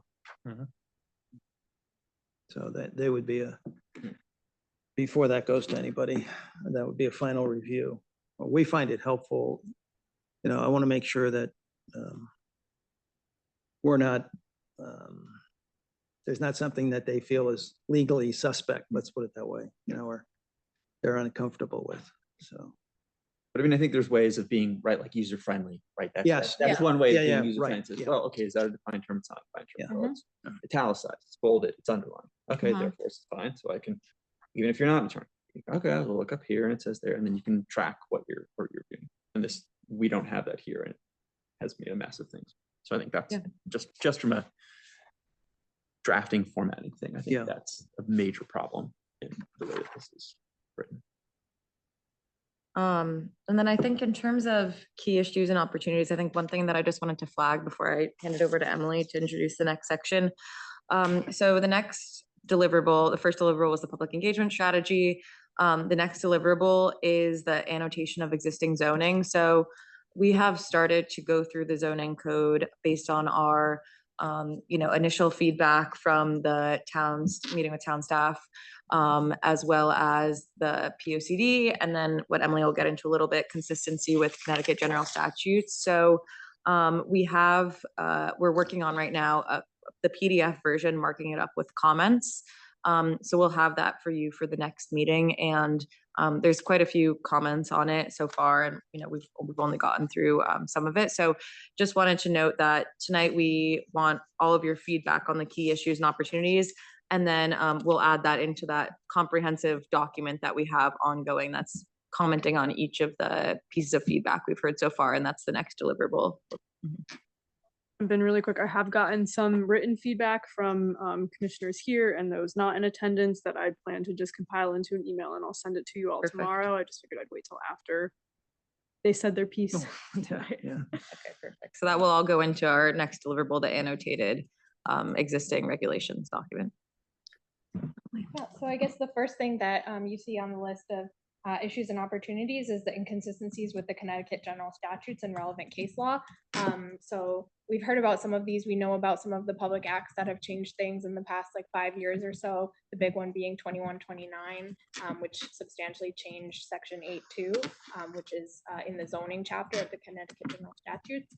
And so we've been I've been going through it line by line to see where those changes are and marking that up, and then going into your zoning regulations and seeing what is inconsistent and what you might actually have to take out because it isn't legal anymore. For example, I know you have some provisions about outdoor dining, and there's been some discussion about that public act in the past in the Planning and Zoning Committee regarding having to have a special permit for those uses. So that's one thing where we've marked as a discussion point. Another one from 2129, we know you've opted out of things like the accessory dwelling unit regulations and the multifamily parking standards. But there are other things in that public act that change, such as you can't put minimum unit sizes in your code. And in some of your housing areas, you do have those minimum unit sizes. You also can't place caps on the number of units in multifamily. So there's things like that where we're just coming through and flagging them. But then there's also some things that have changed in the Connecticut statutes recently, where there might be new opportunities to look at that could be incorporated into your code. So we're also flagging some of those that might be useful and worth discussing. But I think we want to open it up to you and hear from you some of your comments on these key issues and opportunities. So maybe we can start with the statutes and case law if there's anything that comes to mind as a major issue that you've heard about. What do you know about Housing Bill 5002? We know a lot about it. We've By the read way, through the whole thing, yeah. as you know, I don't have to say this, the governor vetoed it, but now I haven't seen a draft. We've got preliminary information on this proposal from the regional planning agencies of Connecticut with a lot of the towns. And we just haven't seen I've seen a description of it, but we haven't seen any defined language yet from it. We expect it is going to be a little bit more moderated from what was proposed before, but where the governor stands, we don't know. We're going to have to wait and find out also, I think, unless Emily, you've seen anything. I don't know anything more than what was the draft that went to the governor's desk. And what was in there. And then I've seen the proposal from the Connecticut organizations where they're looking at, regional housing plans rather than local housing plans. That's new, yeah. Removing some of the things about like as of right, housing conversions in commercial properties. That was something that was in the previous version of the bill. And I know that one's been controversial. The fair share housing. Well, the fair share housing, the thing is a big numbers one, which are going to be different. Well, the elimination of parking requirements. That's kind of silly. And that applies to commercial and residential. And then dezoning down to maximum 1 acre zone size statewide. Which I don't know if that made it in. I don't think That was in a 5002. former, No, that was in a different one. Yeah. And then the government. but I think less is going to make it into the current bill for the governor to sign it. And from what we're hearing so far, but Based on the governor's news conference, I would hope. I mean, he was looking for, as he put it, better input. yes, But 830G doesn't go away. no, no, They are discussing refinements to it. they are. That's right. Yeah. But it doesn't go away. No. We're still 2028 is the next moratorium, right? So. Yeah. And then you get another one after 2030. Yeah. You got, right? Yeah. So You can. that, let's just assume that's not going away. So I think in terms of affordability and that was at least one of my big thoughts is how do you make it more, how do you make a developer who wants to come into our town and build a project, come to us and not make it an adversarial situation and do an 830G? How do you create a special permit, some sort of discretionary approval where it's more advantageous in terms of bulk, density, you name it. So they go through the planning commission as opposed to going around us and then creating an adversarial situation. I think that's something that we strongly need to look at.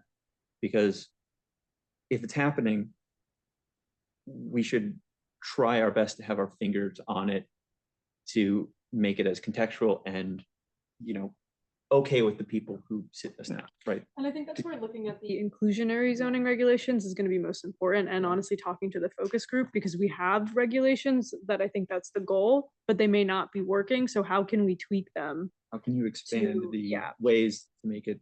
Did I hear you say that you're working with Greenwich right now? What we did, yeah, in Greenwich, this is just one example, and I'm not sure that this is, I'm not sure this is actually can be written into your zoning. But what, they had us do in Greenwich is actually a 830G coming in. The former planner of Greenwich, she's now out in the Midwest, but, she had us meet with the developer, and we did some designs on behalf of Greenwich, which we said to him, look, this would probably enable you to do well with the development, but it amounted to consolidating that development and avoiding some of the more sensitive land in it. There was part of it was a wetland, which we had control over in any case, but we also wanted buffers to the surrounding community. And we actually produced a plan, which we showed him, that would save about 50% of the open space and landscape. And he wasn't necessarily opposed. In other words, we had a back and forth in Greenwich that, again, Greenwich, you know, this is the existing 830G. So he's got, you know, you've got to be able to show health and safety. You got to be able to show significant, you know, reasons to deny that type of thing. Greenwich does have And- a very different strategy than Yeah. what Greenwich New Canaan isn't do, 'cause pursuing they have moratoriums. a separate, you know, housing fund where they're going to try and negotiate with 830G developers, whereas right now, New Canaan is And taking a very different approach. than That's that. what we did in Greenwich, yeah. Now, that's not a zoning approach as such, but But how do you translate that into a zoning approach? That's, I guess, kind of where I'm going, right? Mhm. Where Yeah. you got an 830G and then you're negotiating them down off an 830G.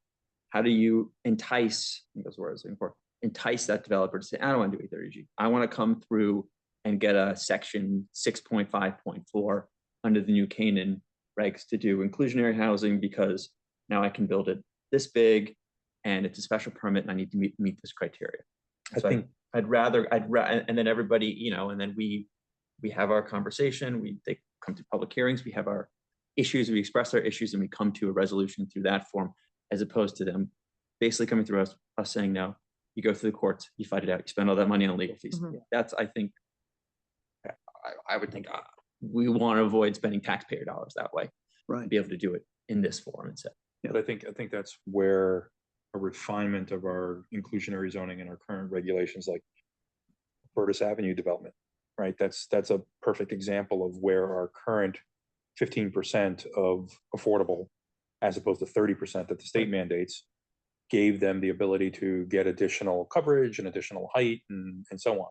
Same thing with 112 Main with getting the, you know, fourth story, right? Fourth story on that, because they were doing the 15% affordable down below. Maybe 15% is not the right number. Maybe it's something else, because, you know, in this climate, you know, every developer is trying to squeeze as much money out of every development as possible, understandably so. But we're trying to get to a point where our regulations can allow them to build their projects, but still stay sensitive to, I know the state doesn't want to hear it, but to the character of the town, right? To the scale and appropriateness of the development. So we're not ending up with massive, what was the line? The Hampton Inns on the corner I-95. on I-95, right? Yeah. That's what we're trying to avoid. Yeah. No, I understand that. We've been involved in it for a long time, and this is not an easy issue. We have been involved in different forms of housing and inclusionary zoning. It's actually a very easy issue, but the state has provided Yeah. carte blanche to developers to ignore everything. I think we need to think about how we can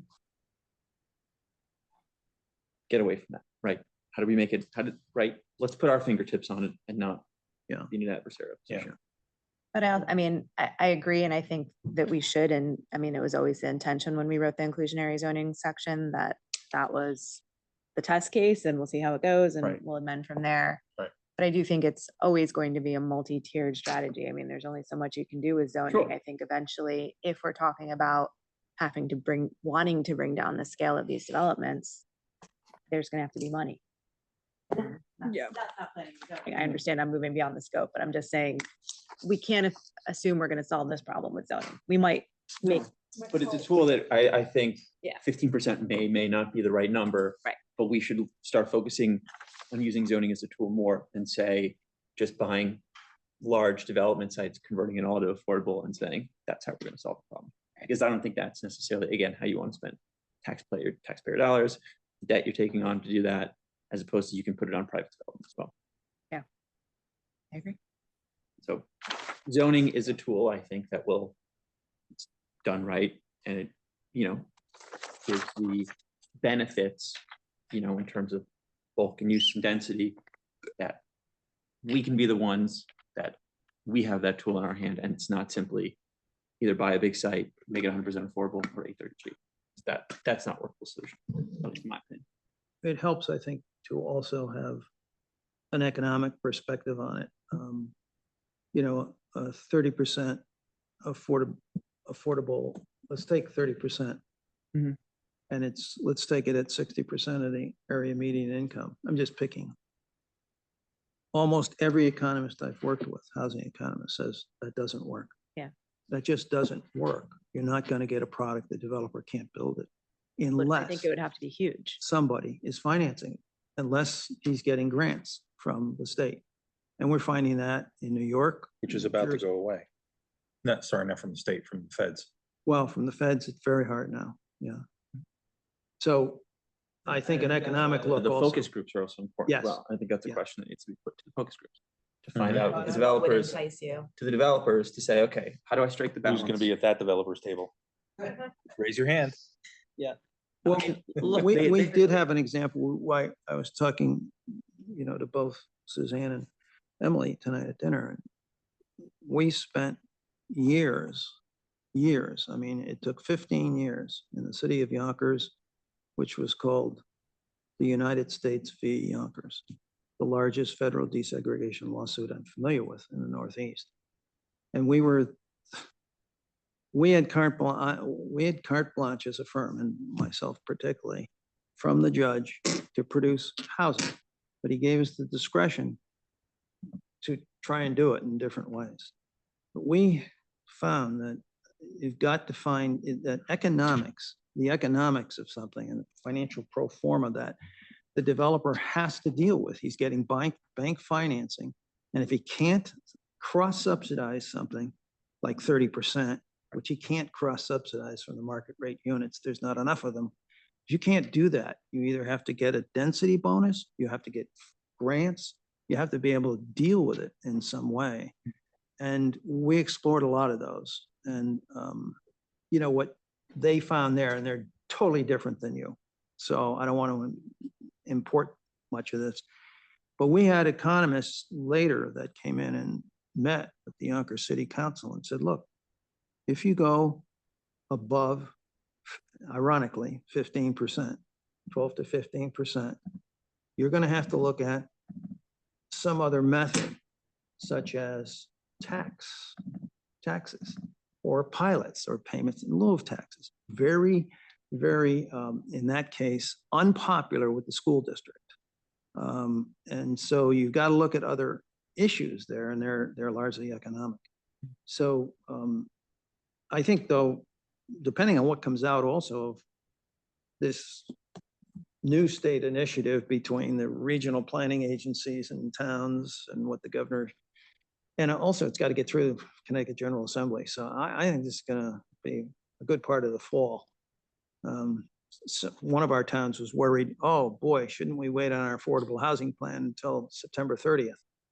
This isn't going to be resolved by I doubt it anyway. This is gonna take some time, the new, what the new, we haven't seen it, I haven't seen anything in writing yet. I've seen the overall approach. But as we go through this, we'll expect to see that, and I think we could work with that. And use maybe some lessons learned from other communities. Greenwich may not be it.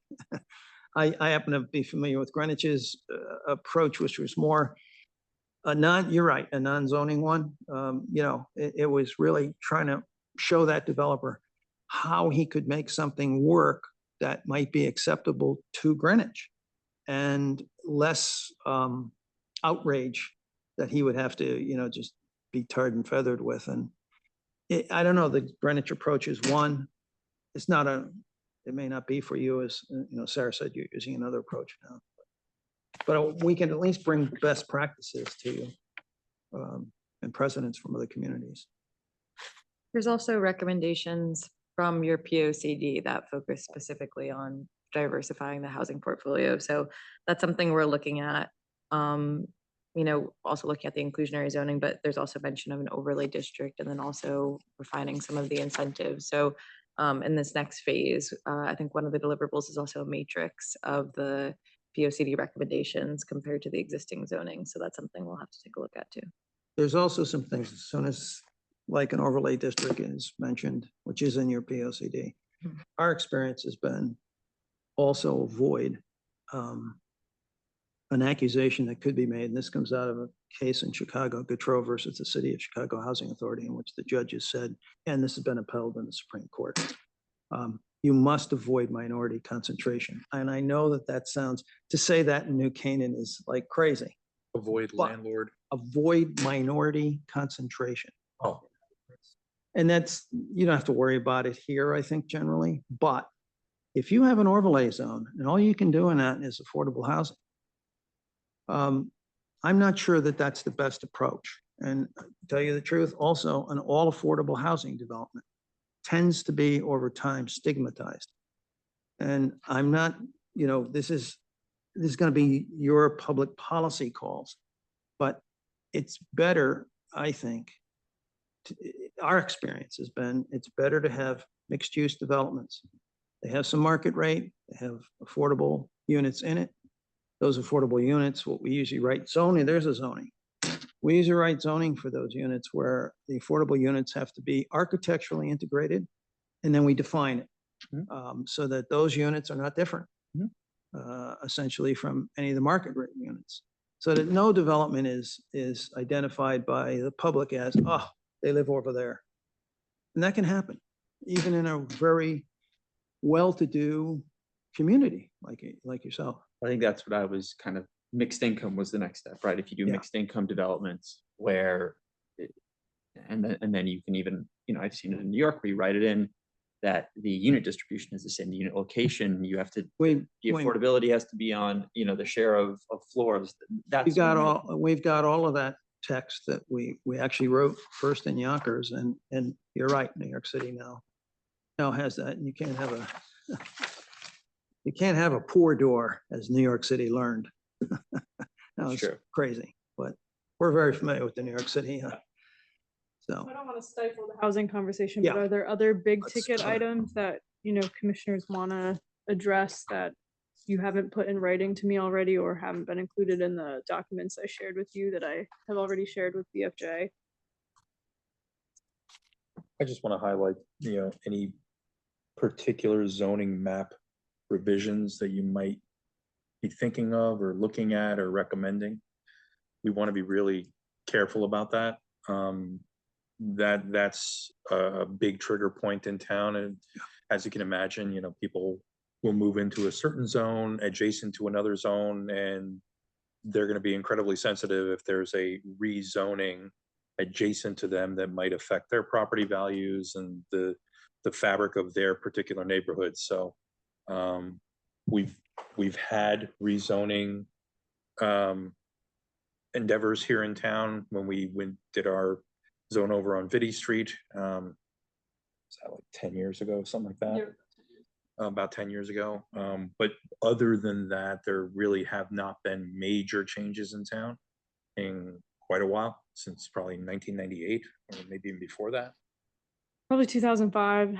That was latest. Yeah, Yeah. but it wasn't anything major, I would Yeah. say. Our meeting with Sarah, Yeah. most of them, they weren't like changing the boundaries of 2 and 4 acre zoning or anything like extreme like that. It was more like, you have some like multifamily zones that have been made for like a particular property and maybe having some kind of affordable housing overlay to replace those kind of individual zones. Yeah, so I think the biggest change, like from what we've talked about so far, is there's gonna need to be a conversation about the multifamily zone in particular, because as I've tried to advertise often with you all, that zone was created because they removed something from the B-res zone where basically you were able to build condos in B-res, and they got rid of that provision. So then they just created this multifamily zone, which is essentially just like a spot zone overlay. Every single property in that zone is non-conforming to density, so it's a bit of a mess. So I see that potentially being rezoning of just what do we do with this anomaly that got created in 2005. Yeah. But so that wouldn't have an affordable component because those are just condos that I assume aren't going anywhere, but we've created non-conforming properties. But what about kind of your comments on the rezoning of like the retail A, retail B? Yeah, so I mean, I just consider that non-residential, business. so Yeah, okay. a little less controversial, but I mean, yeah, I mean, I've had comments that I shared with you all and to the, consultant of, do we combine retail A and B? Why do we have, what is it, 7 or 8, commercial zones on, what is it, a 20-acre down? I don't even know how large downtown is, but we have so many zones for such a small area. It's, Because when it was written, there were 7 or 8 different landlords. Yeah. Where you can on commercial. Our experience with zoning map changes is kind of the same that you just articulated. They're more, they create more concern at a public hearing by the public than a text change, Yes, usually. usually. So where it's commercial, though, where we're consolidating things, but we're not changing the area in bulk that much, or we're not changing or maybe we're allowing slightly more uses, but it's basically all commercial. I think I think the public's not going to be as worried about that kind of map change, but I may be wrong. But in general, if we don't have to do a map change, I'm not particularly where saying you it's, have to. I'm just yeah, raising my hand. in other words, that a map change is more sensitive, I Yes. think, Yeah. than a text. appropriate to at least, examine it since Yeah, we yeah, are changing the absolutely. regulations, but, Absolutely. there's no need to do it unless there's a need to do it, Yeah. but I think, Commissioner Engel has his hand raised if we want to move on. Yeah, I just, this is fascinating. I do think that 830G and affordable is this big boogeyman that everybody's been focused on, and it should be. But I don't have a great expectation that a rewrite of our zoning regulations is going to change the state's mind or change the dynamic between the state and New Canaan. What I'm looking for in the rewrite of these regulations is a sense from the average citizen in New Canaan that they are consistent and we apply them consistently and they're clear. So that when I go to a developer and I say, for instance, the developer who did condos on Forest Street, and I say, would you do it again? He said, no, it took longer than I thought, and there was too much uncertainty in developing in New Canaan, and I don't really know what I can build, so I probably wouldn't do it again. Or, for example, when the ice cream shop paints their facade purple, and they come in front of us and we say, nope, that's not consistent with the village, design guidelines.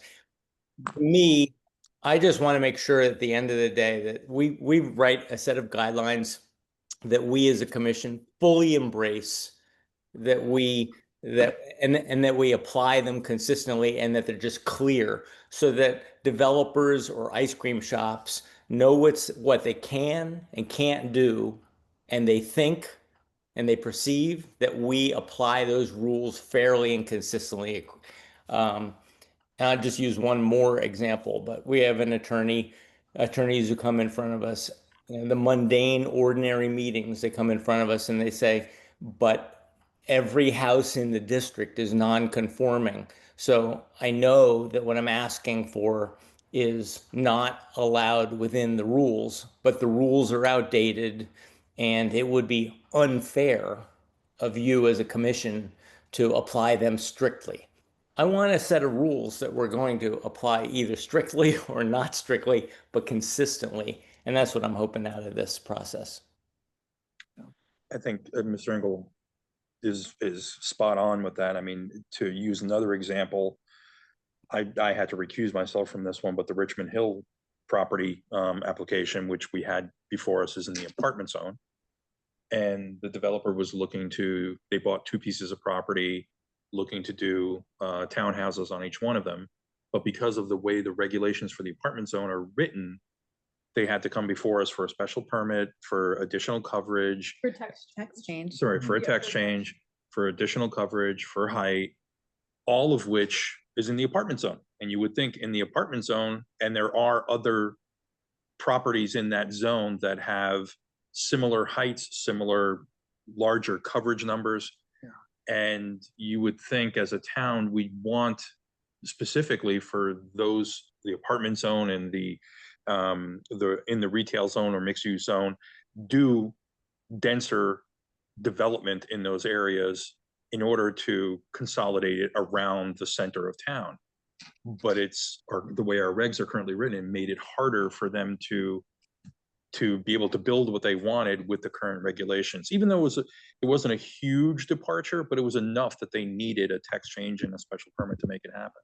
So I would say, to piggyback off of that, what I've noticed over the last few years, but also if you go back over the last 10 years, if you're trying to do new construction in New Canaan that's not a single family home or a two family home, you probably need a text change to build whatever you want to build that's nicely designed. You need a text change, honestly. Wow. To Okay.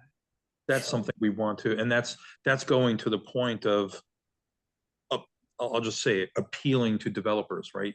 Developers that are going to come in and that are going to want to build 5 townhouses, or they're going to want to build, a multifamily of whatever number. They want a clearer pathway to it. There's always going to be an anomaly of a very unique size lot, and the developer might be too aggressive in terms of height and coverage of what they're getting to. And that'll always happen. But we still want people to be able to take a parcel and be able to develop it in a clear way, where we're not bogged up for 4 or 5 months hearing the application for something that's a minor change. Okay. But I also think when you're in places that you're increasing density, right? That you're going to say, okay, let's look at this, and we don't like the density that it is now. Let's make it bigger. I don't want to go back to the 830G thing, but we're going to go back to the 830G thing, because when you increase the denominator and you don't get anything in the numerator, then it just hurts you when you're trying to go for that moratorium later, right? So if you're increasing density and you're saying, okay, this more density is important here. Yep. You have to balance that with the need for some degree of affordability in that. Well, we already do, right? Anything over 5 units? 4? Yeah. Anything over 4 units. So maybe there's an as of right way to say that, and I think I'll also get that to the point, more as of right zoning is better than special permit zoning, if you can do it. Right, if you're going to, if it's in the zoning that you can go for, we're changing the zoning, right? We're going to make it more dense. You have to avail yourselves of the inclusionary housing regulations. Yeah. Otherwise, you're just hurting us, because we're going to have to make it up somewhere else. Yeah. So I think density is good in the downtown area, but it has to be balanced with, well, if you're adding 50 units and you need to hit that number of viewpoints, then those guys who are taking advantage of that need to also I think participate. it's a good approach where you're doing an increase in density. I mean, to use attorney for the New York City Planning Commission 5 or 6 years ago said, look, wherever you're looking at a rezoning, you're increasing density, then someone's getting something they're not entitled to now. And therefore there should be some public benefit to that, whether it's open space or affordable housing. A lot of people have done it. A lot of people, yeah, I think that's, in fact, what we're recommending to a lot of communities is any multifamily housing over, you have 4. We usually pick but 4 is good. We sometimes will pick 5 or 10, units, but any multifamily housing. I have one more thing I want to add, and it's not about affordable housing and 830G and density. There are, I would say and it's all over the POCD, is the ecology or the green. I do think we have an opportunity to be a little less arbitrary, given the tools that we have. When somebody wants, when we're ruling on noise in the downtown or screening between properties, or the kinds of plants or native plants or lighting, and blackout lighting or whatever it is that's good for the birds. Those kinds of things, I think the science has come a long way. Our regulations have not. I think that if an applicant comes and they come before us in a typical month and they ask for a project like this month, they ask for a garage, and a neighbor, a high percentage of the time, will be very concerned about the screening. I don't think the language in our regulations is sufficiently clear on screening. I think it could be much better, and it could be much more obvious for them what kind of screening we're going to like and what we're not going to like. Right now, we rely a great deal on one of our members who has expertise in the area of plants and native plants, and it's a passion of his, but he won't be around forever. So it's something we need to bake into our regulations. Same thing with the lights. We heard that again today. Neighbor said, I'm concerned about the lights. So I think lights, screening, bird health, all very important to the next version of our regs. One thing that's come before us a few times over the last couple of years are play courts or tennis courts, or in the latest, the pickleball courts, batting cages. Yeah. I told them all about I'm it. surprised deer fencing hasn't come up yet. Oh, So- it has.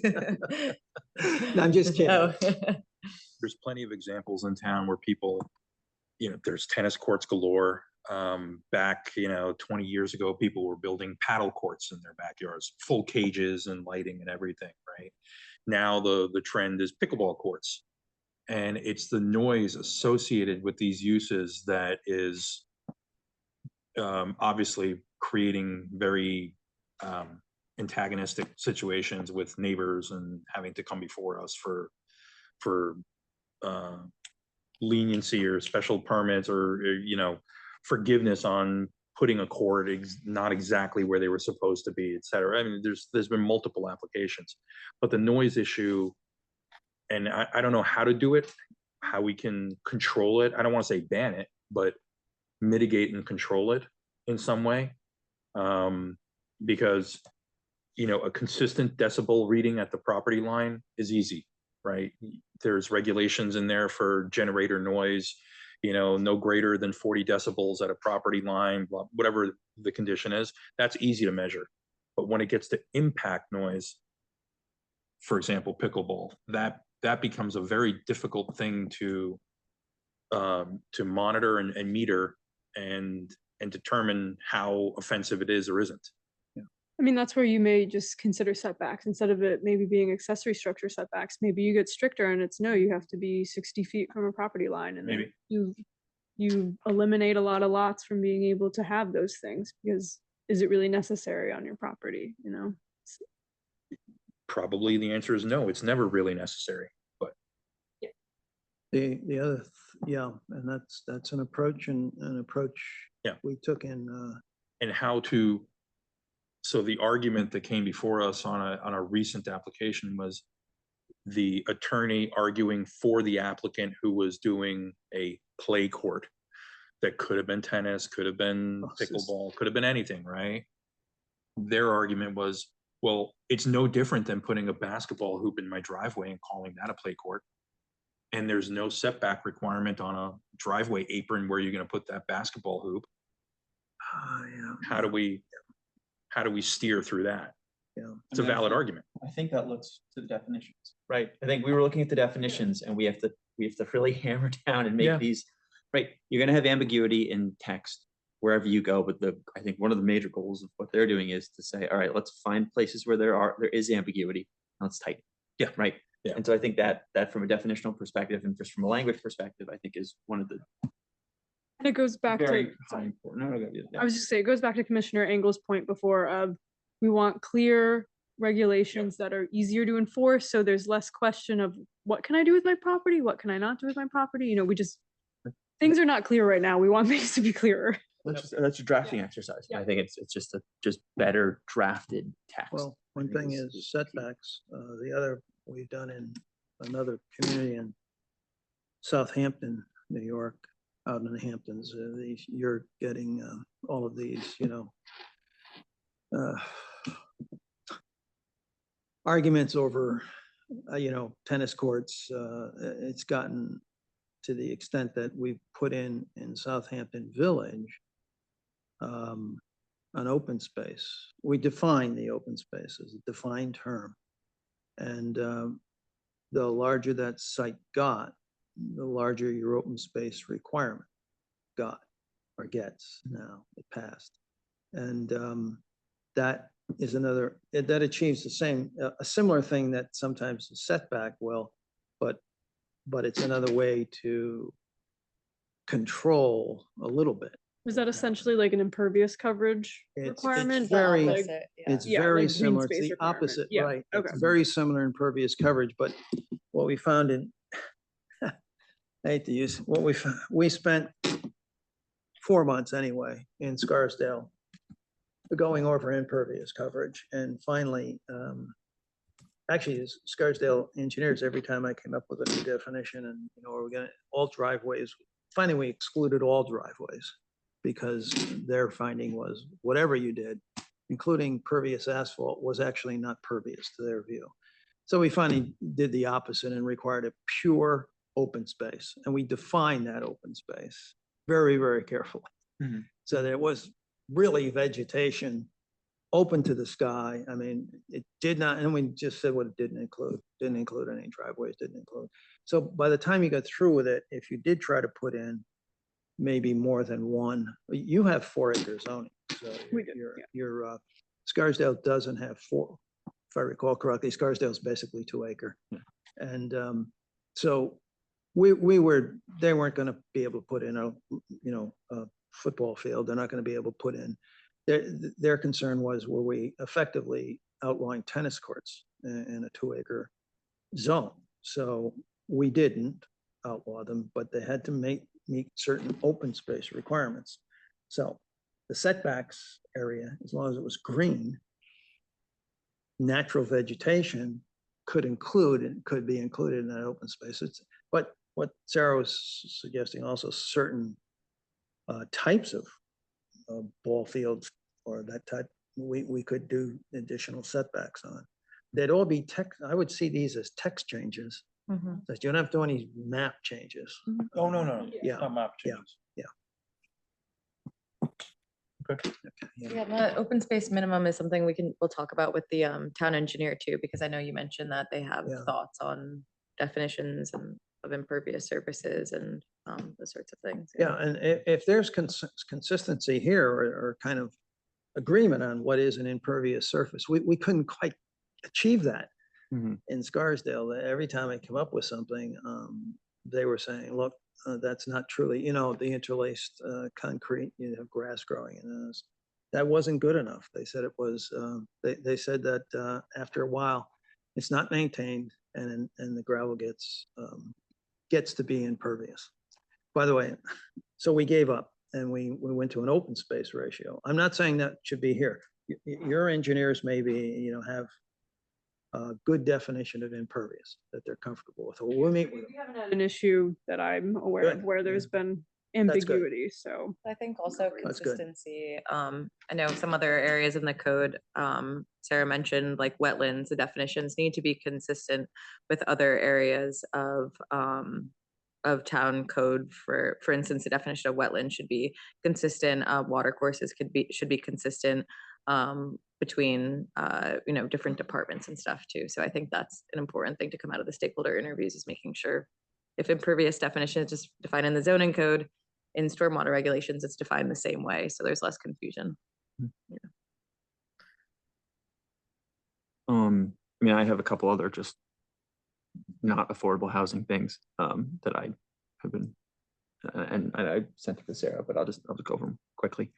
You know, and I think we kind of touched on kind of more as of right zoning, to the extent that we can make the regs more easy for a developer to come and read and not have to go for a special permit or go for a discretionary approval. Right. In uses specifically in the downtown, you know, we see a lot of site approval applications for somebody going from a clothing store to a restaurant, and they have to come before the commission. Right, a change of use to do what should be considered a general retail use, eating and drinking, I think is, in terms of impact, is not really much different than somebody who's going to a clothing store, right? And they, you know, I think we want to promote, you know, the mom and pop stores, the local businesses, and to make them come here and spend money and the time and hire an attorney. I think we want to avoid that. So I would, you know, limit the, and if you can get rid of site plan approval for downtown, I think that would be positive, and just kind of, you know, where there are, you know, situations, you just write in the zonings. For example, I think we approved a couple months ago a carpeting store, right? But we condition it that, well, if you're going to have a carpeting store, it's showroom only, and not, you know, trucks coming in and out and people, you know, doing deliveries, right? Because a showroom has less of an impact than, say, if you were like a big, you know, they showed us a place that they had in somewhere in Westchester County, but it was a big warehouse facility, right? That was storing materials. Showrooms a little less impact. So to the extent we can get rid of that site plan approval of these changes from, you know, really similar type retail, I think would be good for us, because we hear them all the time, and good for the businesses that are, so they don't have to, you know, deal with the red tape. That makes a lot of sense. And one thing that came up earlier was the definition of being overly specific of things like wellness centers, and sort of how wellness centers are treated differently. Like a yoga studio, is that considered a service establishment or a wellness center? So trying to have something that encompasses more of those uses, so that it wouldn't have to be, you know, sort of a more subjective approach. It could be, could fall under a more general use. Makes sense. So in our commercial zones right now, there's essentially nothing other than if you're going from like a restaurant to a restaurant, there's nothing that staff can approve. Everything in the commercial zones has to go to the commission. Which I think Which is what I think you're which I think saying it should you're go to trying you and change. not Yeah. come to us. Yeah. It seems like an extra step. It's unnecessary, and check, it's not really valuable. We can try to do that. Where I really find that in other towns we're working is, it's really where the unpredictability is more with special permits, which you mentioned. Right. Rather than, I mean, Connecticut site plan approval is discretionary. Right. But when you get good lawyers on the other side of you, it's But if you can, like you said, with the use schedule, right? If you can write a very robust use schedule, then. and we like to checks be, here don't really. we told Sarah this, but this up to you and your comfort level. We like to be a little bit,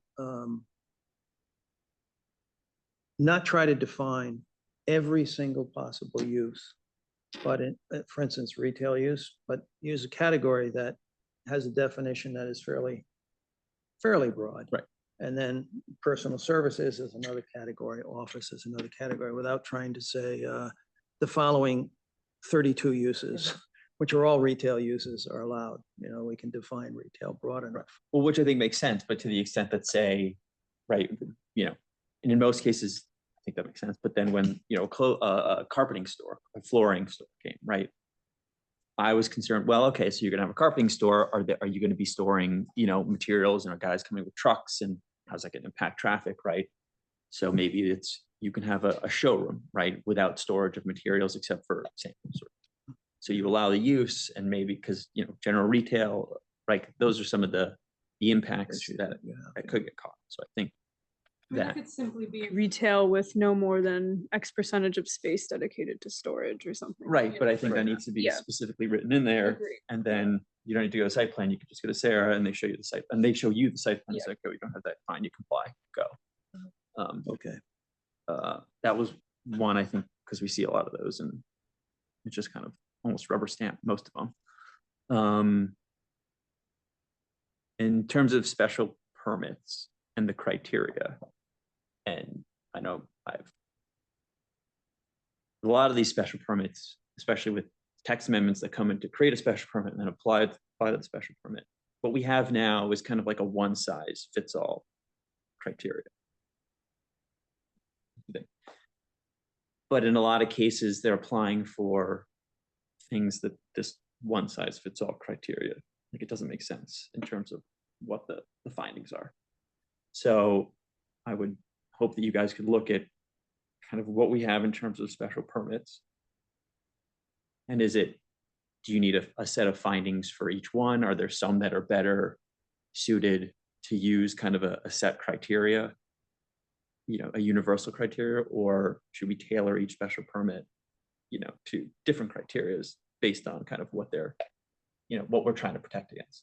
Yeah, that was in my comments as well of, do we need like a commercial special permit criteria versus residential versus institutional? And I definitely noted this. Some of our special permit criteria are copy and pasted from the 1959 zoning regulations. Like they're outdated. They need to Value of be. property, yeah. I think, is like one of the findings or something. Like, does it hurt the value of property?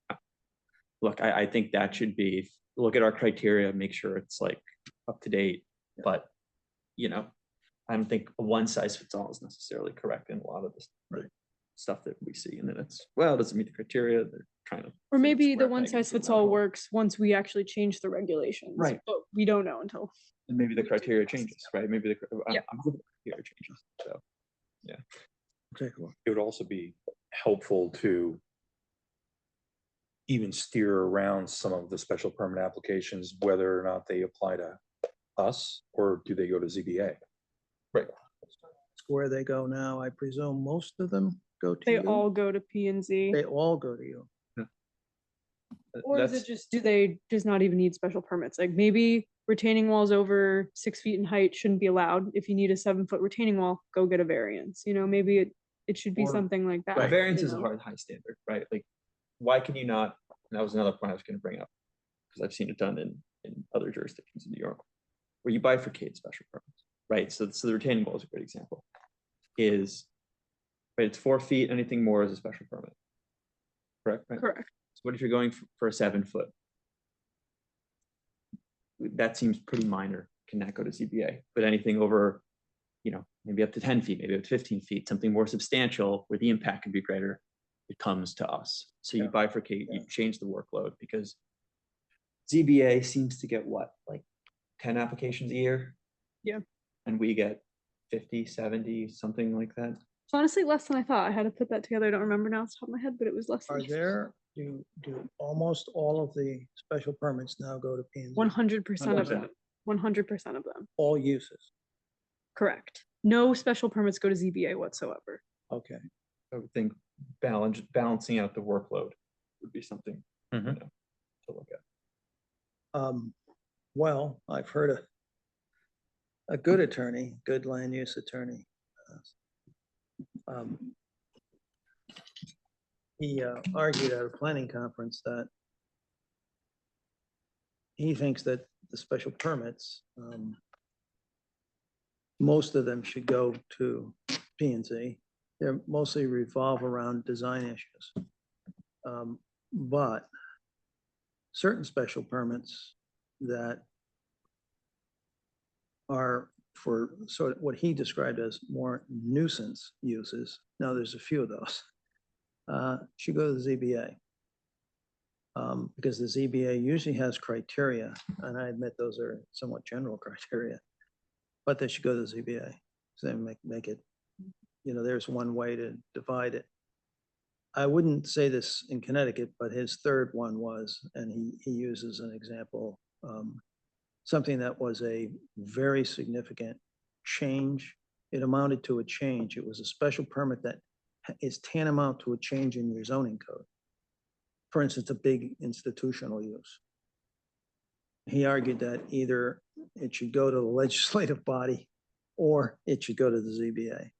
It's not a planning and zoning commission matter. By the way, this was a guy from Colorado, so I'm not saying that, but if you wanted to balance how many special permits go to you, we could look at So that the- type of thing? I'm not sure of Yeah, the that. institutional use in particular, they all actually used to go to ZBA, and then in the 2005, 2007 update, they legalized them to go to planning and zoning. So Yeah. doing something like that would be a step backwards from the policy choice that Right, was right. made So we don't 20 wanna do years that. ago.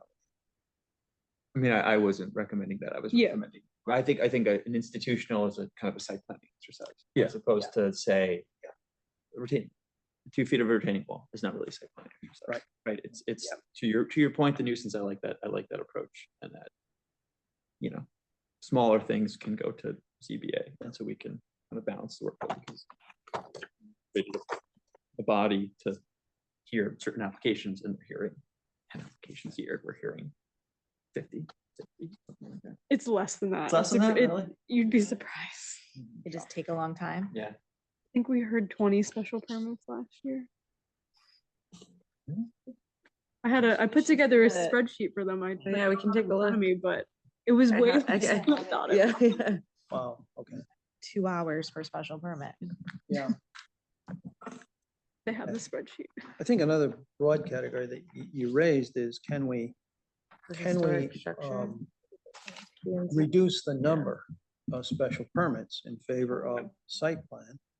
Or reduce site plan and certain, and to make it truly as of right to go to Sarah, yeah, And and we can take a look at that. Send it to the professional, not, you know. 19 special permits and 13. Because I think as of right, to the point of, I think to Mr. Angel's point and everybody's point, that consistency and understanding, right? Discretionary approval is the last thing that you want, right? When I advise a client, I say, we can go for a discretionary approval, but let's find an as of right way to do it, because it's going to be more beneficial to you. It's going to be easier. You get the project done. Sure, there are applications that definitely need to come and definitely need to be reviewed by a public commission and, you know, have their conditions and that sort of thing. But a lot of stuff that I think we get here could be done. The regs are written as robustly on an as of right basis.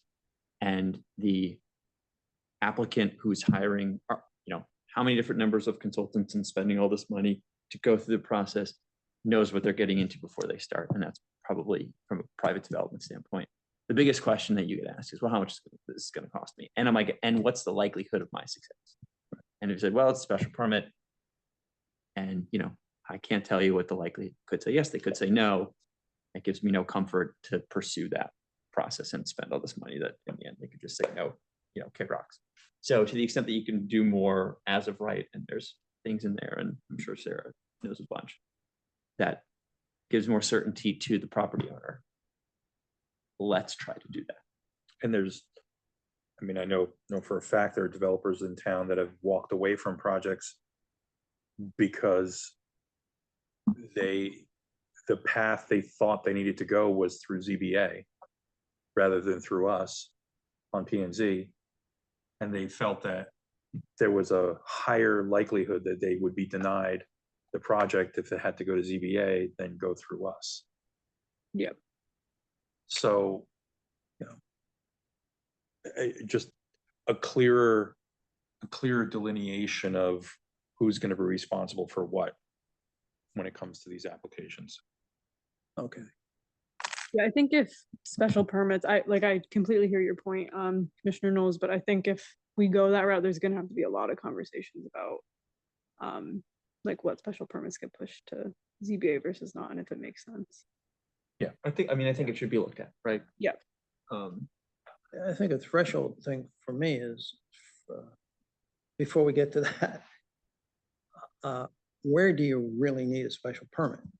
And are there some that might become just site plan approval? Mhm. And then where, like in the commercial zones you mentioned, do you really need site plan approval for everything? Right. You may not need it for a change of use, maybe that goes to Sarah, to set up that criteria first. Yeah. And then if we then had to decide what goes to ZBA, do that as the second. Right. Yeah. Second I would say let's try to, I'd say Yeah. a priority would be reducing because there are things that I say, really, they're coming here, they've come out this night, they've sat here for 2 hours, then they've spoken for 15 minutes, we asked a bunch of questions. I was like, you should just go and be able to build this, right? This doesn't impact wise on the life of people. Right. Okay. Forth and prosper, like, don't, Yeah. it seems like it's again, an added layer of red tape that isn't, we're not really protecting anybody by making you come sort of thing. So I can send out the spreadsheet that I had provided to BFJ that showed all the special permits that have been issued in the last 5 years, because that was really eye-opening for me, and I should have sent it out before the meeting. Yeah, we were if you just wanna looking look at at it, it. yeah. Like, just getting rid of things like accessory structures in the front yards would like almost cut your permit load in a third, things like that. In 2024, there were 19 special permits and 13 site plans. And so far in 2025, when you sent this out, there were 8 special permits and 7 site plans.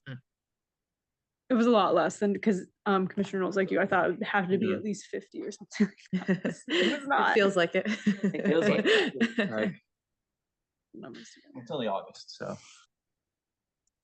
A lot more. The hours. Not a good spent rate. for site- Not a or good special rate. permits, not a good For every ratio special right now. What else do we need to go over tonight? I think that was Yeah, I think the, we're, yeah, that was those were the main points. And so Yep. Sarah will send over any additional comments from you all. Yep. And then we will follow up at the next meeting. We'll have the deliverable of the annotated zoning regulations for you all. Great, So October 8th, October 8th. next meeting. October 8th, right. Okay, Sounds great. good. In the meantime, we'll also probably start on our stakeholder calls too, our stakeholder interviews. Yep, So I'm gonna send out a calendar invite tomorrow. I just confirmed with the town engineer. So we'll do the 18th, like we discussed. okay, sounds great. All right. Thank you very much. Thank you. Nice to Yeah, meet you all in thanks. This was very person. helpful. I think we just have to. Thank you, Commissioner. Not sure of his name on. John. John. I think we need to approve the minutes real quick, though. Oh. Before everyone logs off. Oh, don't log off, John. We have minutes from the previous zoning regulation subcommittee meeting of May 15th. Wow, was it that long ago? Yep. It was. Yes, I think it's an extra one.